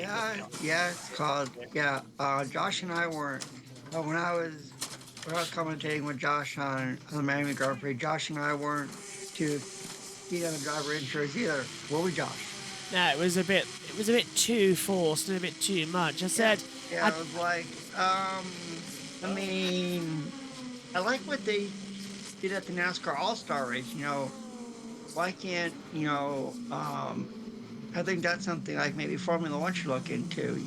At like the U.S. Grand Prix here, in Miami and Vegas and in Austin. If the fans liked it, then why can't Formula One do it? Who knows how it would turn out? I feel execution wasn't perfect. Could have been better done. Yeah. True. But we see races that do it very well. Indianapolis 500, the 3 drivers come up. Race control. Daytona 500. 2, 1. Slow procedure in zone 8 ended. Green flag. And we're about to ready. So, I feel F1 drivers, F1, especially in the United States, you're going to see more of these kind of introductions. Because it's just the culture. Even high school basketball, high school football have intros where they play music and here comes the college team. Yeah. So I think one of the things, and I know Adam will probably remember, do you remember, Adam, the old Winston all-star race. Yes. Oh, I remember. Oh, yes, Joe. Oh, Driver would that come Joe. Oh, out yes. the little door right in the back of the Yes. car waiting. That I Yes. think would be ideal. I Oh, think I'd that love to would see be that. so Oh, natural. yeah. Ride the I car, mean, ride the track, way to the fans. I why think that would not? be a lot more appropriate I then. mean, I think that'd be kind of cool. I mean, I think, Formula One should have like a retro stock, Yes. a, yeah, a retro round. And I was thinking maybe Donington Park or maybe in Silverstone, go back to a track that they used to go to, you know, and bring back history. Oh, wait, Or what? even like Hockenheim. I Yeah. mean, and we all need the German Grand Prix. I mean, you would agree with Joe. It's called, we need the German Grand Prix back. I mean, we need the Emilia Romagna Grand Prix to be called the San Marino Grand Prix again, like it should be called. I mean, we need some of these tracks that fans remember here to come back on the F1 schedule. Even Kyalami in South Africa, so I can remember that track, and that was a really good track down there. I mean, I can remember '93. I mean, when Michael Andretti made his F1 debut and he stalled on the grid. Looks like it's off though. We need Kyalami back. I mean, I think it'd be kind of cool to see. Definitely, there's a lot of tracks that could host it. The question, of course, it always comes up: how many races can an F1 team do? Yeah. We talk about the off weekends. That's, I think, the hard part. I would not be surprised if maybe they start looking at rotating. I think that's what NASCAR will do. Because I think that would be better. at Portland, big rumor, and it's the rumor, so it's nothing official. 3 years of great attendance for the Xfinity Series, then we could see the Cup Series potentially come to Portland, which would be huge. But that facility, I don't see it being a permanent stop. I see it something that's like once every year or every couple of years. And I think NASCAR will look at a road course being sort of that rotating stop compared to one of the speedways. I was seeing online that from Adam Stern that NASCAR was talking about bringing back Circuit Gilles Villeneuve, on the NASCAR schedule. I think Adam said bringing the NASCAR Cup Series there, with all the international flavor that we're seeing, lately. I mean, I can remember when the Xfinity Series were in there. I mean, I always enjoyed, racing on that track for the Xfinity Series. I know NASCAR 50 Series in Canada has also raced there. I mean, if the Cup Series were to go there, I wouldn't mind. I'd love a Cup Series race at Circuit Juvenile again. Bring it back. That was that's the thing, the Xfinity Series, they will try out these tracks first. Villeneuve, Mexico City, Road America for the longest time in Mid-Ohio. Road America finally got the Cup Series, but only 2 years, and then it goes to Chicago.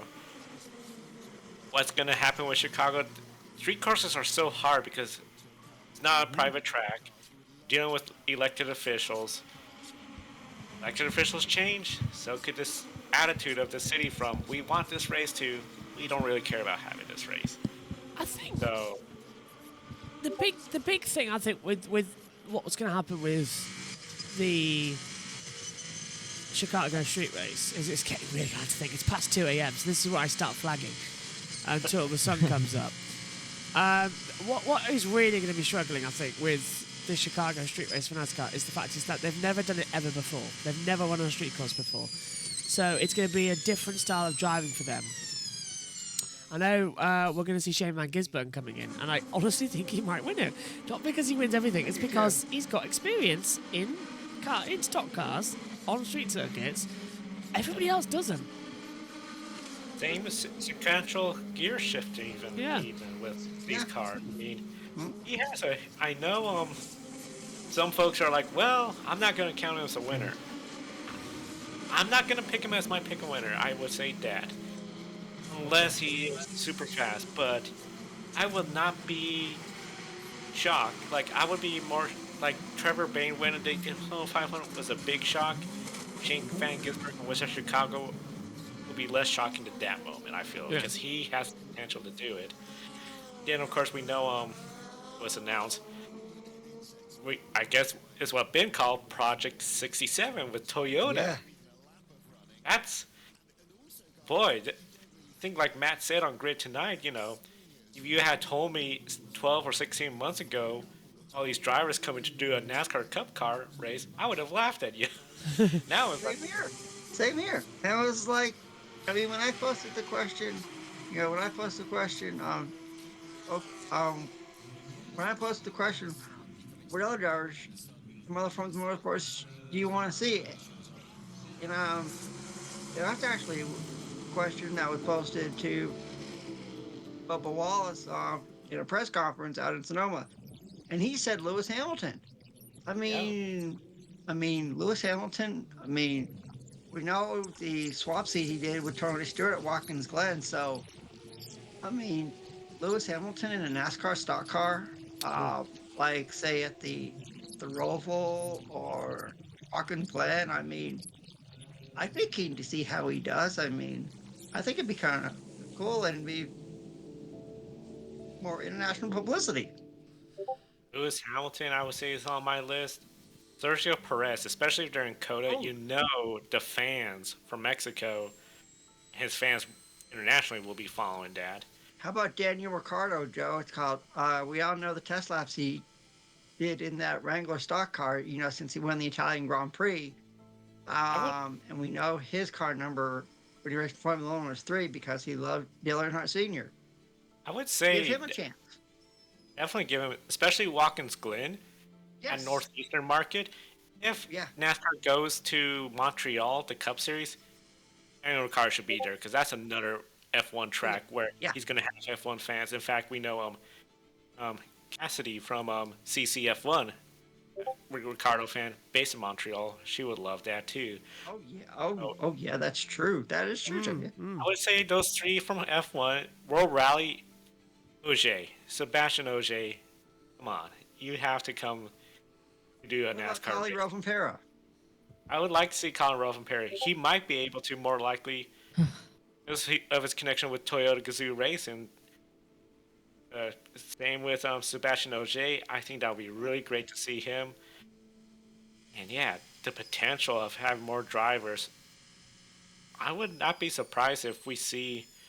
I know it didn't exactly work with I know Kvyat was with Heidelberg. Yeah. Here. Yeah.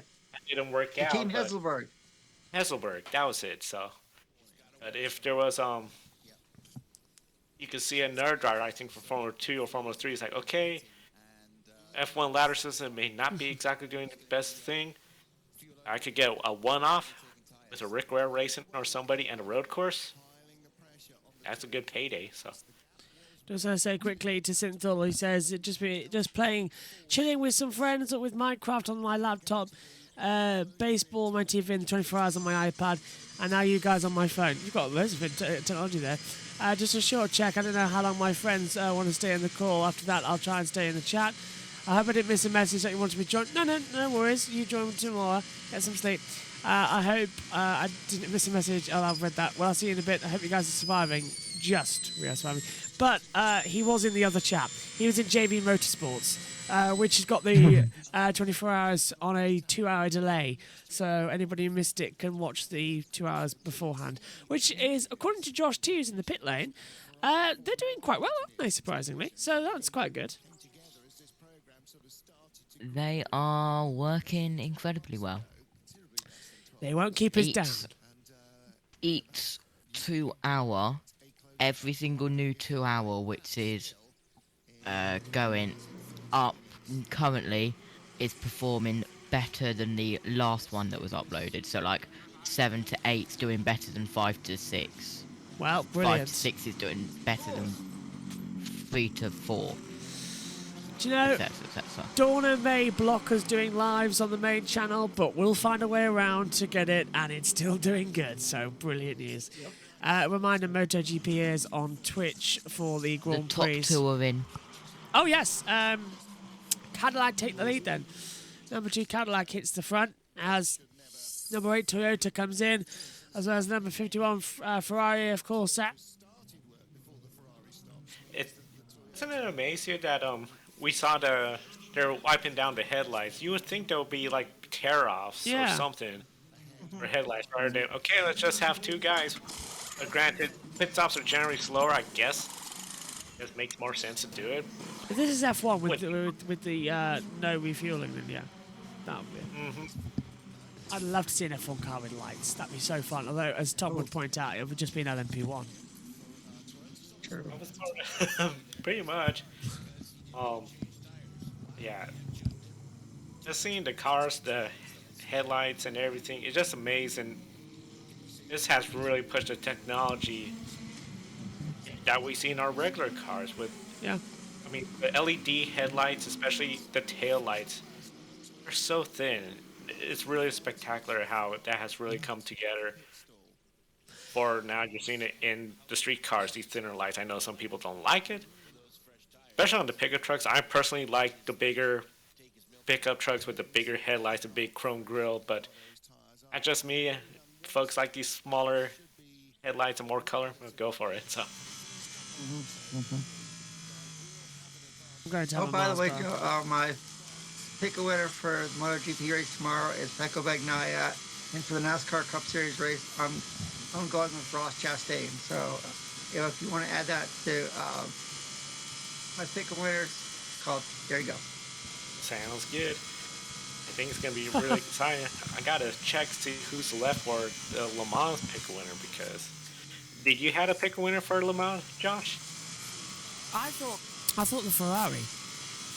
Went with the Ferrari? Yeah. 50. Number 50 or 51?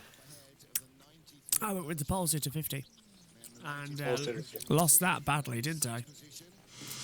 So, Alex Springer, so far, Suarez for Sonoma, the number and you 3. already know how my one went, Joe.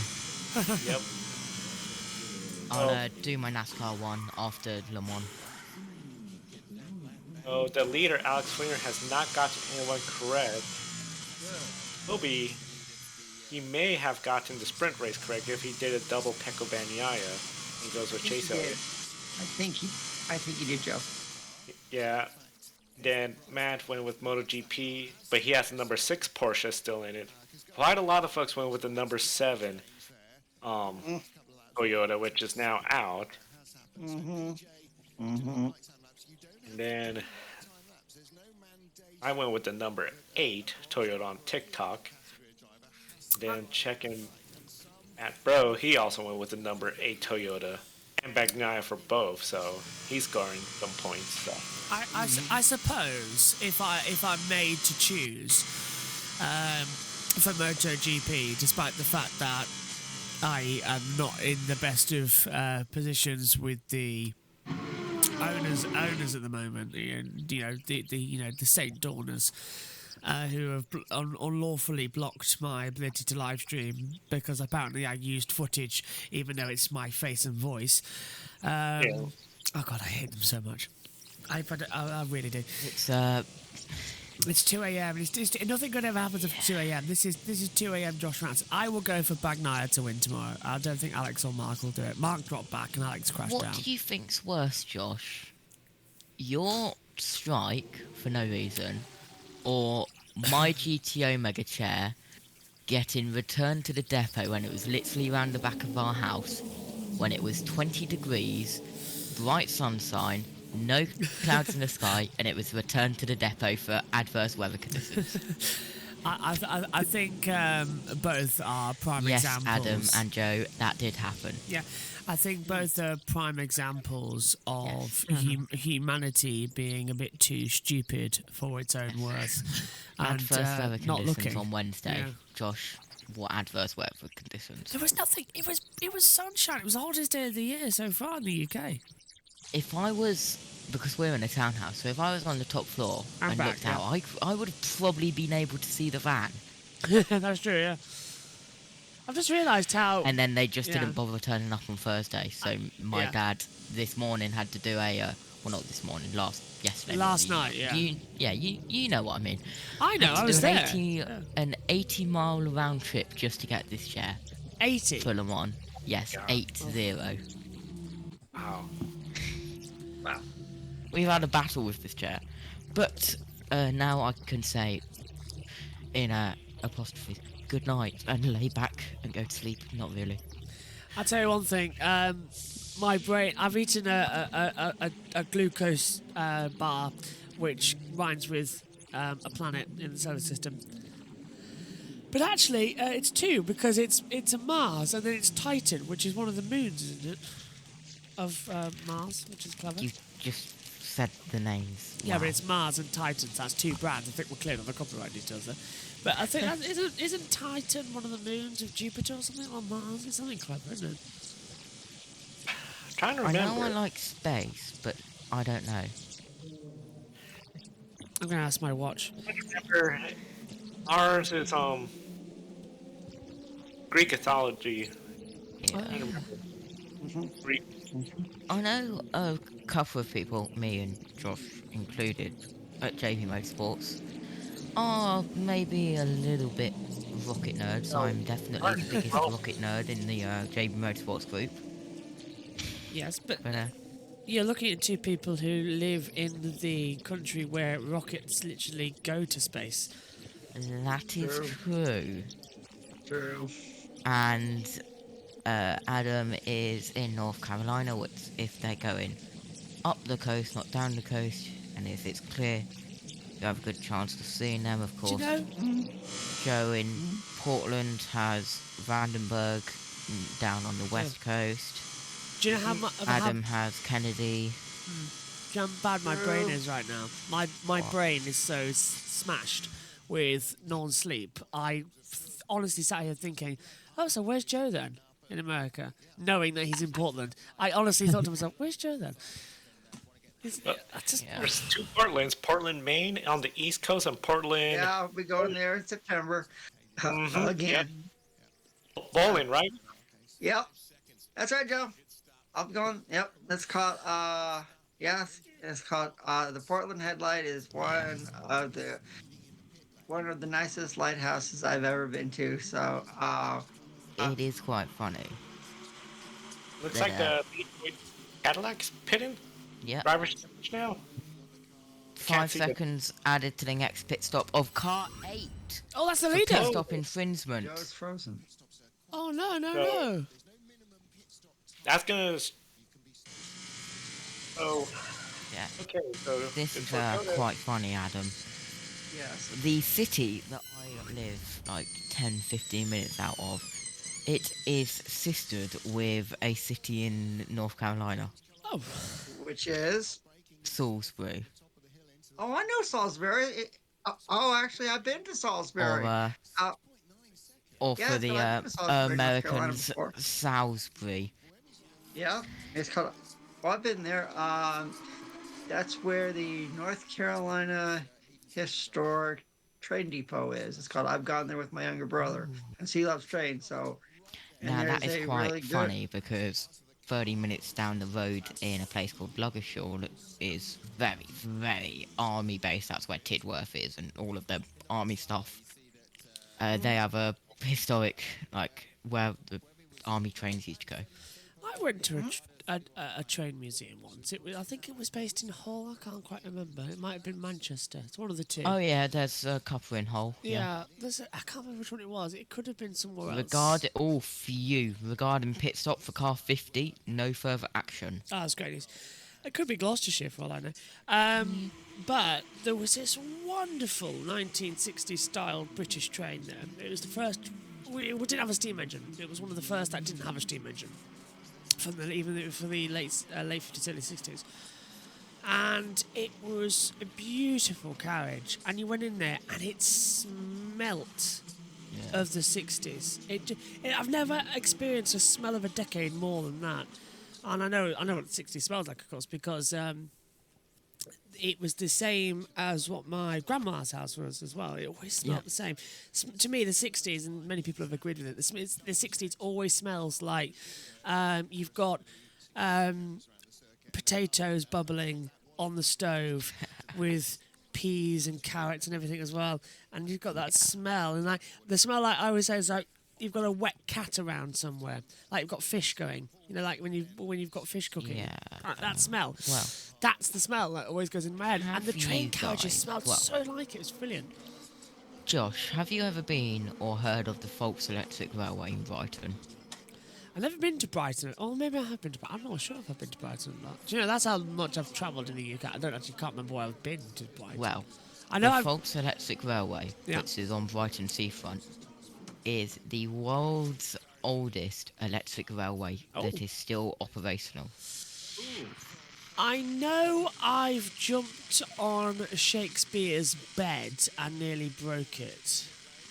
That's when was it? I was 3. Friday, so yesterday, kind of, because we've not slept. Yeah.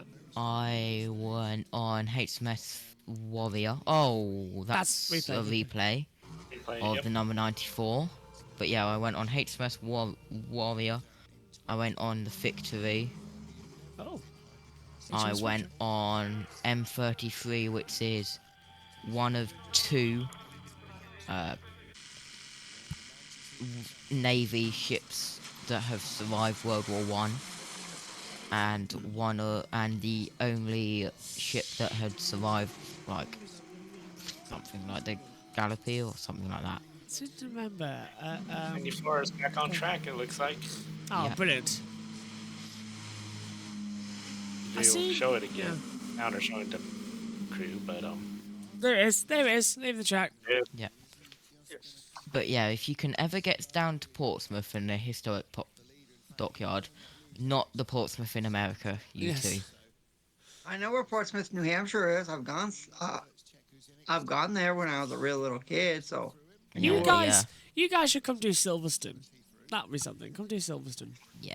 Double it up with another race in Europe. Now, Make it worth it. we went Friday, so HMS Queen Elizabeth arrived on the Thursday afternoon, so we went on the harbour tour in the morning, and because it was just in, there was no like tents on the deck, so we got to see HMS Queen Elizabeth, the aircraft carrier, as my chair. I accidentally touched the lever and go back. Anyway, that was pretty cool. Anyway, back to Le Mans. Yeah, go on, Joe. What were you saying? I was just gonna say, funny story. My wife is going to London next Friday for a week.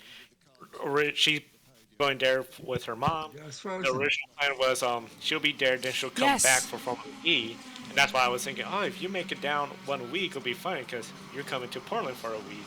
Yeah, she's going. Wasn't it that we might have been on the same flight or on the way back or something like that? It was something, wasn't it? Crossing paths somewhere or just running into each other in one of the airports, but yeah. It's super annoying that I can't do. Literally, we've been talking about it all weekend. The fact is that I'm literally going to be doing the Portland race, and I was like, I want to be there, and it's going to be like another gut punch. I'm not going to have a nice couple of weeks, am I? But the good news is, because the money, honestly, it's £1,000 for an air ticket as well. Got us.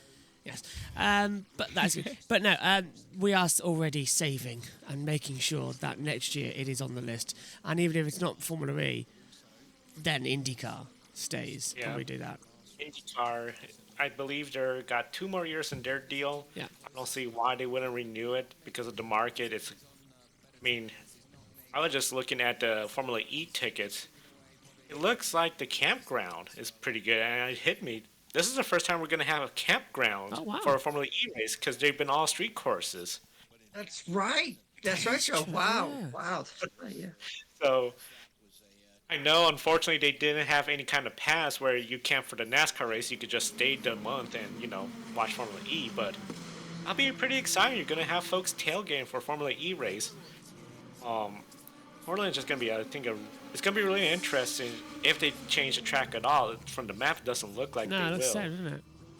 But one of the things I gotta say, it's really interesting because I know you done a watch along with Mark from DS. Yes.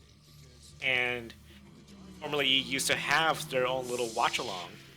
It is very popular in the United States. These watch alongs are coming up with like Eli and Peyton Man. I think probably Adam have seen them where they are.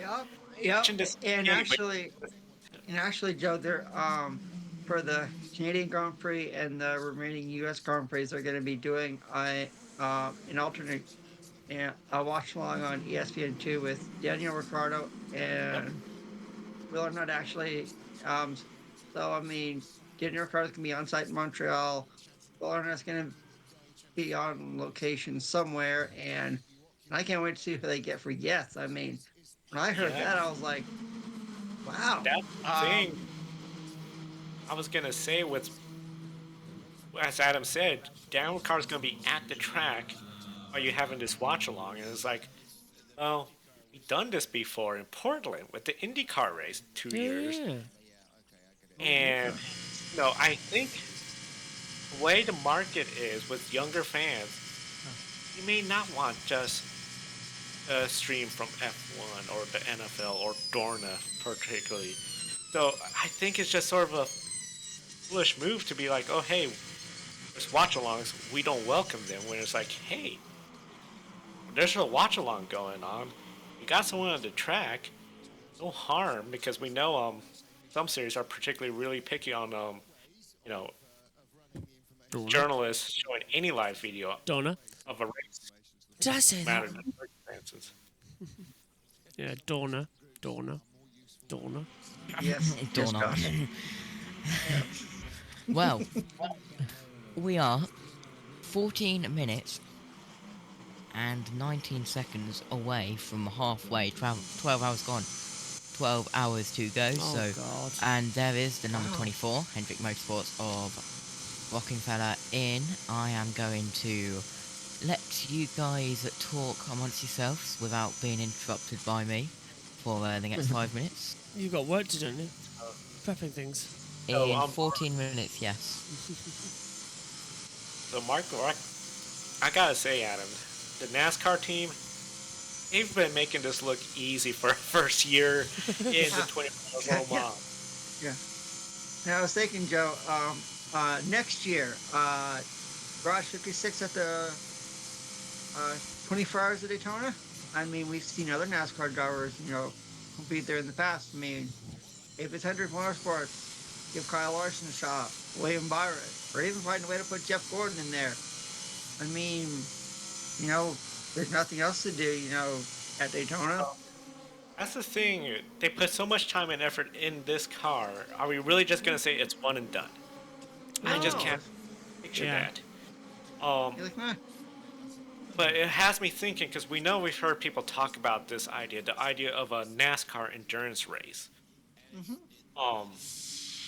I don't know if this is something down the road. It's pure speculation, so don't take this seriously, folks. But That would be fun. Hello, Amy. we heard the rumors of a Hi, NASCAR Gus. Understand. endurance race. Could this be by chance some sort of like test to be like, okay, we were to do a 6-hour race, regardless of the weather conditions, how would it go? Because, and he done this before for, I believe it was the 50th for Le Mans back in '76.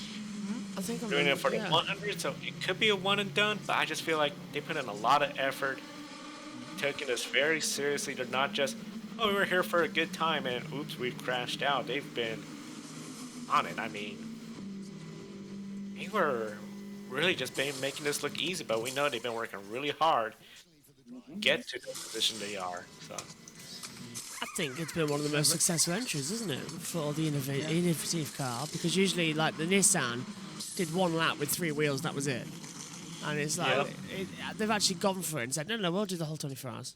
And it's a good. You guys remember thing. the Nissan? You guys remember the Nissan Delta Wing? Yep.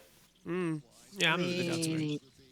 I mean, that was a pretty cool car. I mean, it's sad to see that we don't have that anymore. I mean, when I saw that on track, I was like, whoa, where did this come from? But that was pretty cool. Do you remember when the hypercar was the test car here? That was an interesting run. Yeah. And that's the thing with Le Mans, you get these special entries to, test something out. Or a special entry like this one, where it's just more ceremonial, but definitely bringing fans together, which I think is a really cool initiative as well, too. Oh, it's And gonna Joe, be so. I mean, I've seen in Joe's Club, I've seen Herschel McGriff over there. I've seen Mike Helton, Jeff Gordon, Rick Hendrick. I mean, I think they even had a NASCAR display at the 24 over at Le Mans. So it's like, and the fans have really embraced, Garage 56. They got a really good introduction uh, on Friday, and I hope it comes. I truly hope it comes back next year and years to come. I mean, it's been awesome to see, a stock car with working headlights. I mean, you never see that. I think they should have them Working again. headlights, side view mirrors. That's something we're not used to. It looks more like a stock car than a NASCAR Cup car currently. So It's really Right. Yeah, Jeff. Yeah. So we've got, how long we got? 10 minutes left on this part of the programme before we cut off for the JB Motorsports bit. A question to you both on this matter as well with NASCAR. Would you like to see a long NASCAR race on a road course that goes from twilight to night and has to use headlights as a one-off special event? Because I've wanted it in touring cars for years again, and I think NASCAR would do really well with it. Like, not even with lights, just headlights has to be used. I think we're fab. Yes. Why not? I mean, I think it'd be kind of cool. What do you think, Joe? I think it would be a good idea to have an endurance race. And now, of course, road courses with headlights, Watkins Glen is an easy selection. Oh, that's a good one. Oh, that's a good choice, Joe. Yeah, yeah. The other thing I would say, too, this is a bit out there. One track I feel could be surprisingly a good endurance race host because it doesn't get too many cautions. And it's the oval is Pocono. That is a 2-mile oval, but you don't have to bank it, so you don't have to pack like Daytona and Talladega. Everyone gets spread out.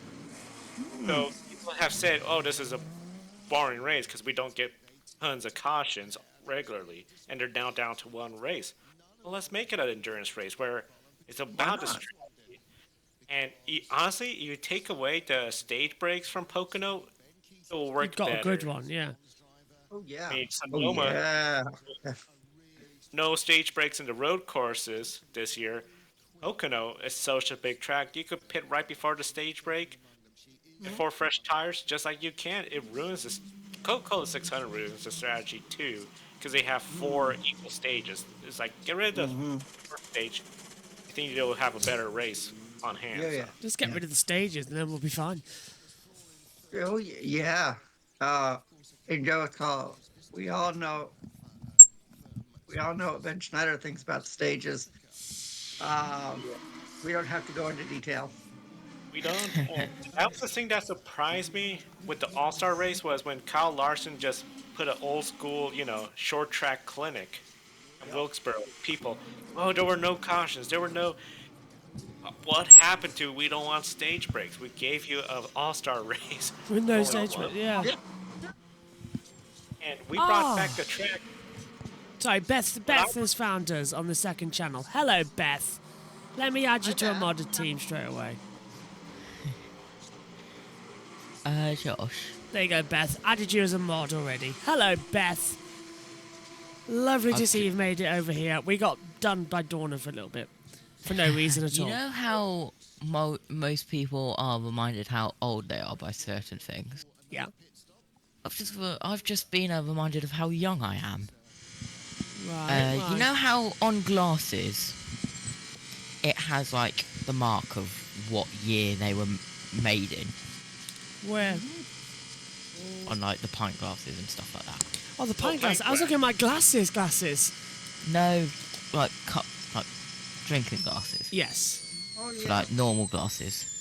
Yeah. I just drank some milk from a glass which was 1 year older than me. Oh. Anyway, moving on. Oh. As long as the milk's not older than you, then did you see the pit stop for car 3 was under investigation? Yep, another one. So. Yes. The Cadillac racing. Just flashed up as soon as we went to the monitor.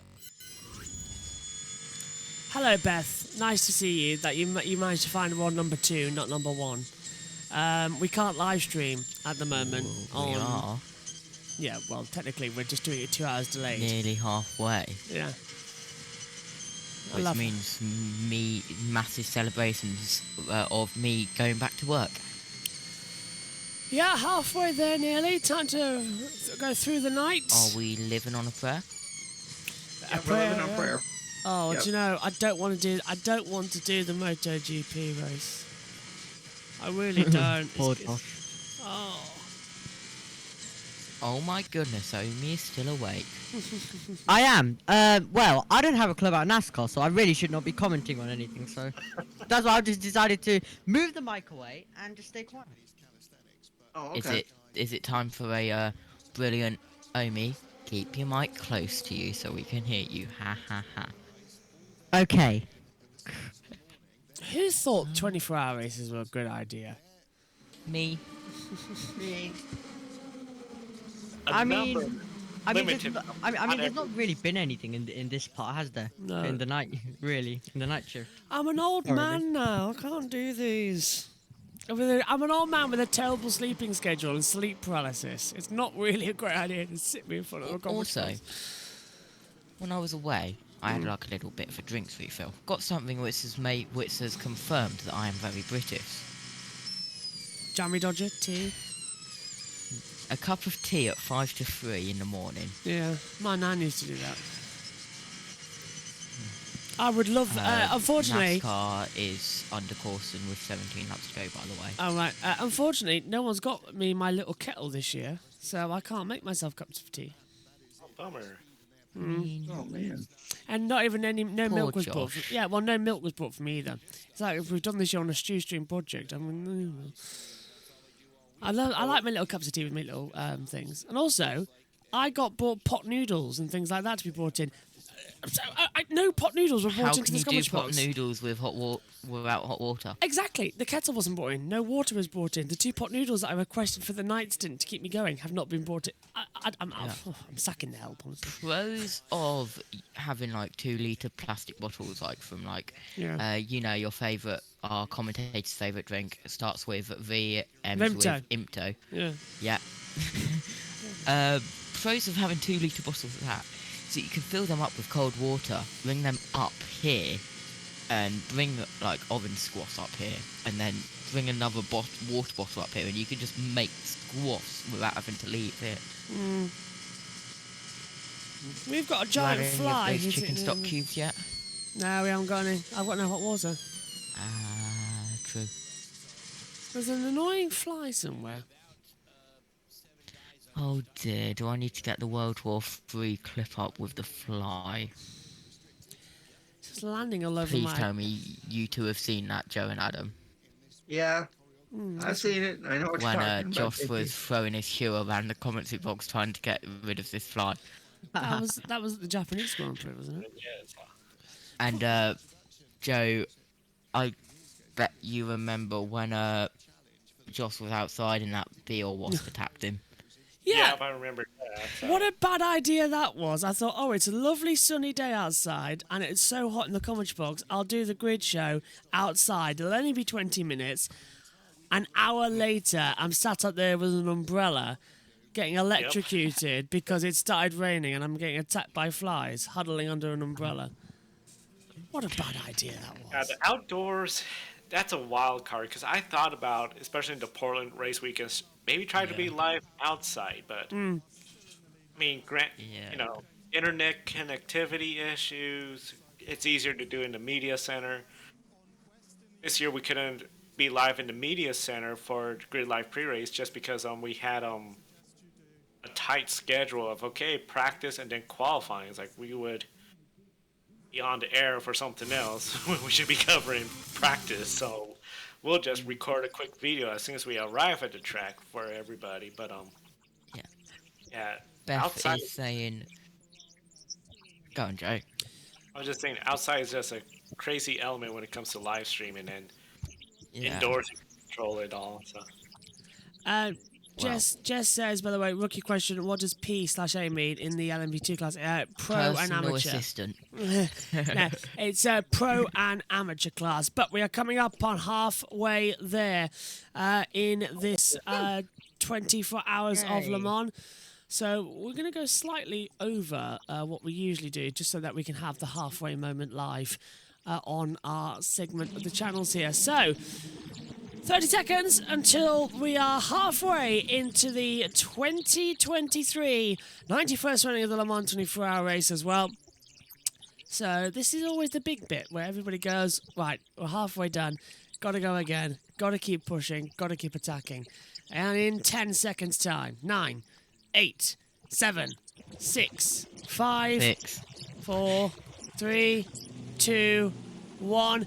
12 hours down, 12 to go. We're halfway there in the 91st running of the Le Mans 24-hour race. Yay. So the 51 Ferrari F Corsa is leading in Hypercar. LMP2 is being led by the number 11 of the Dawn Queen team. And the number 56 is leading the LMGT arm of the Project A1. The Project 1A1 car in 28th position. We'll be back shortly for the next segment on JB Motorsports on the delayed coverage. If you're watching live on JB Motorsports 2, stay where you are.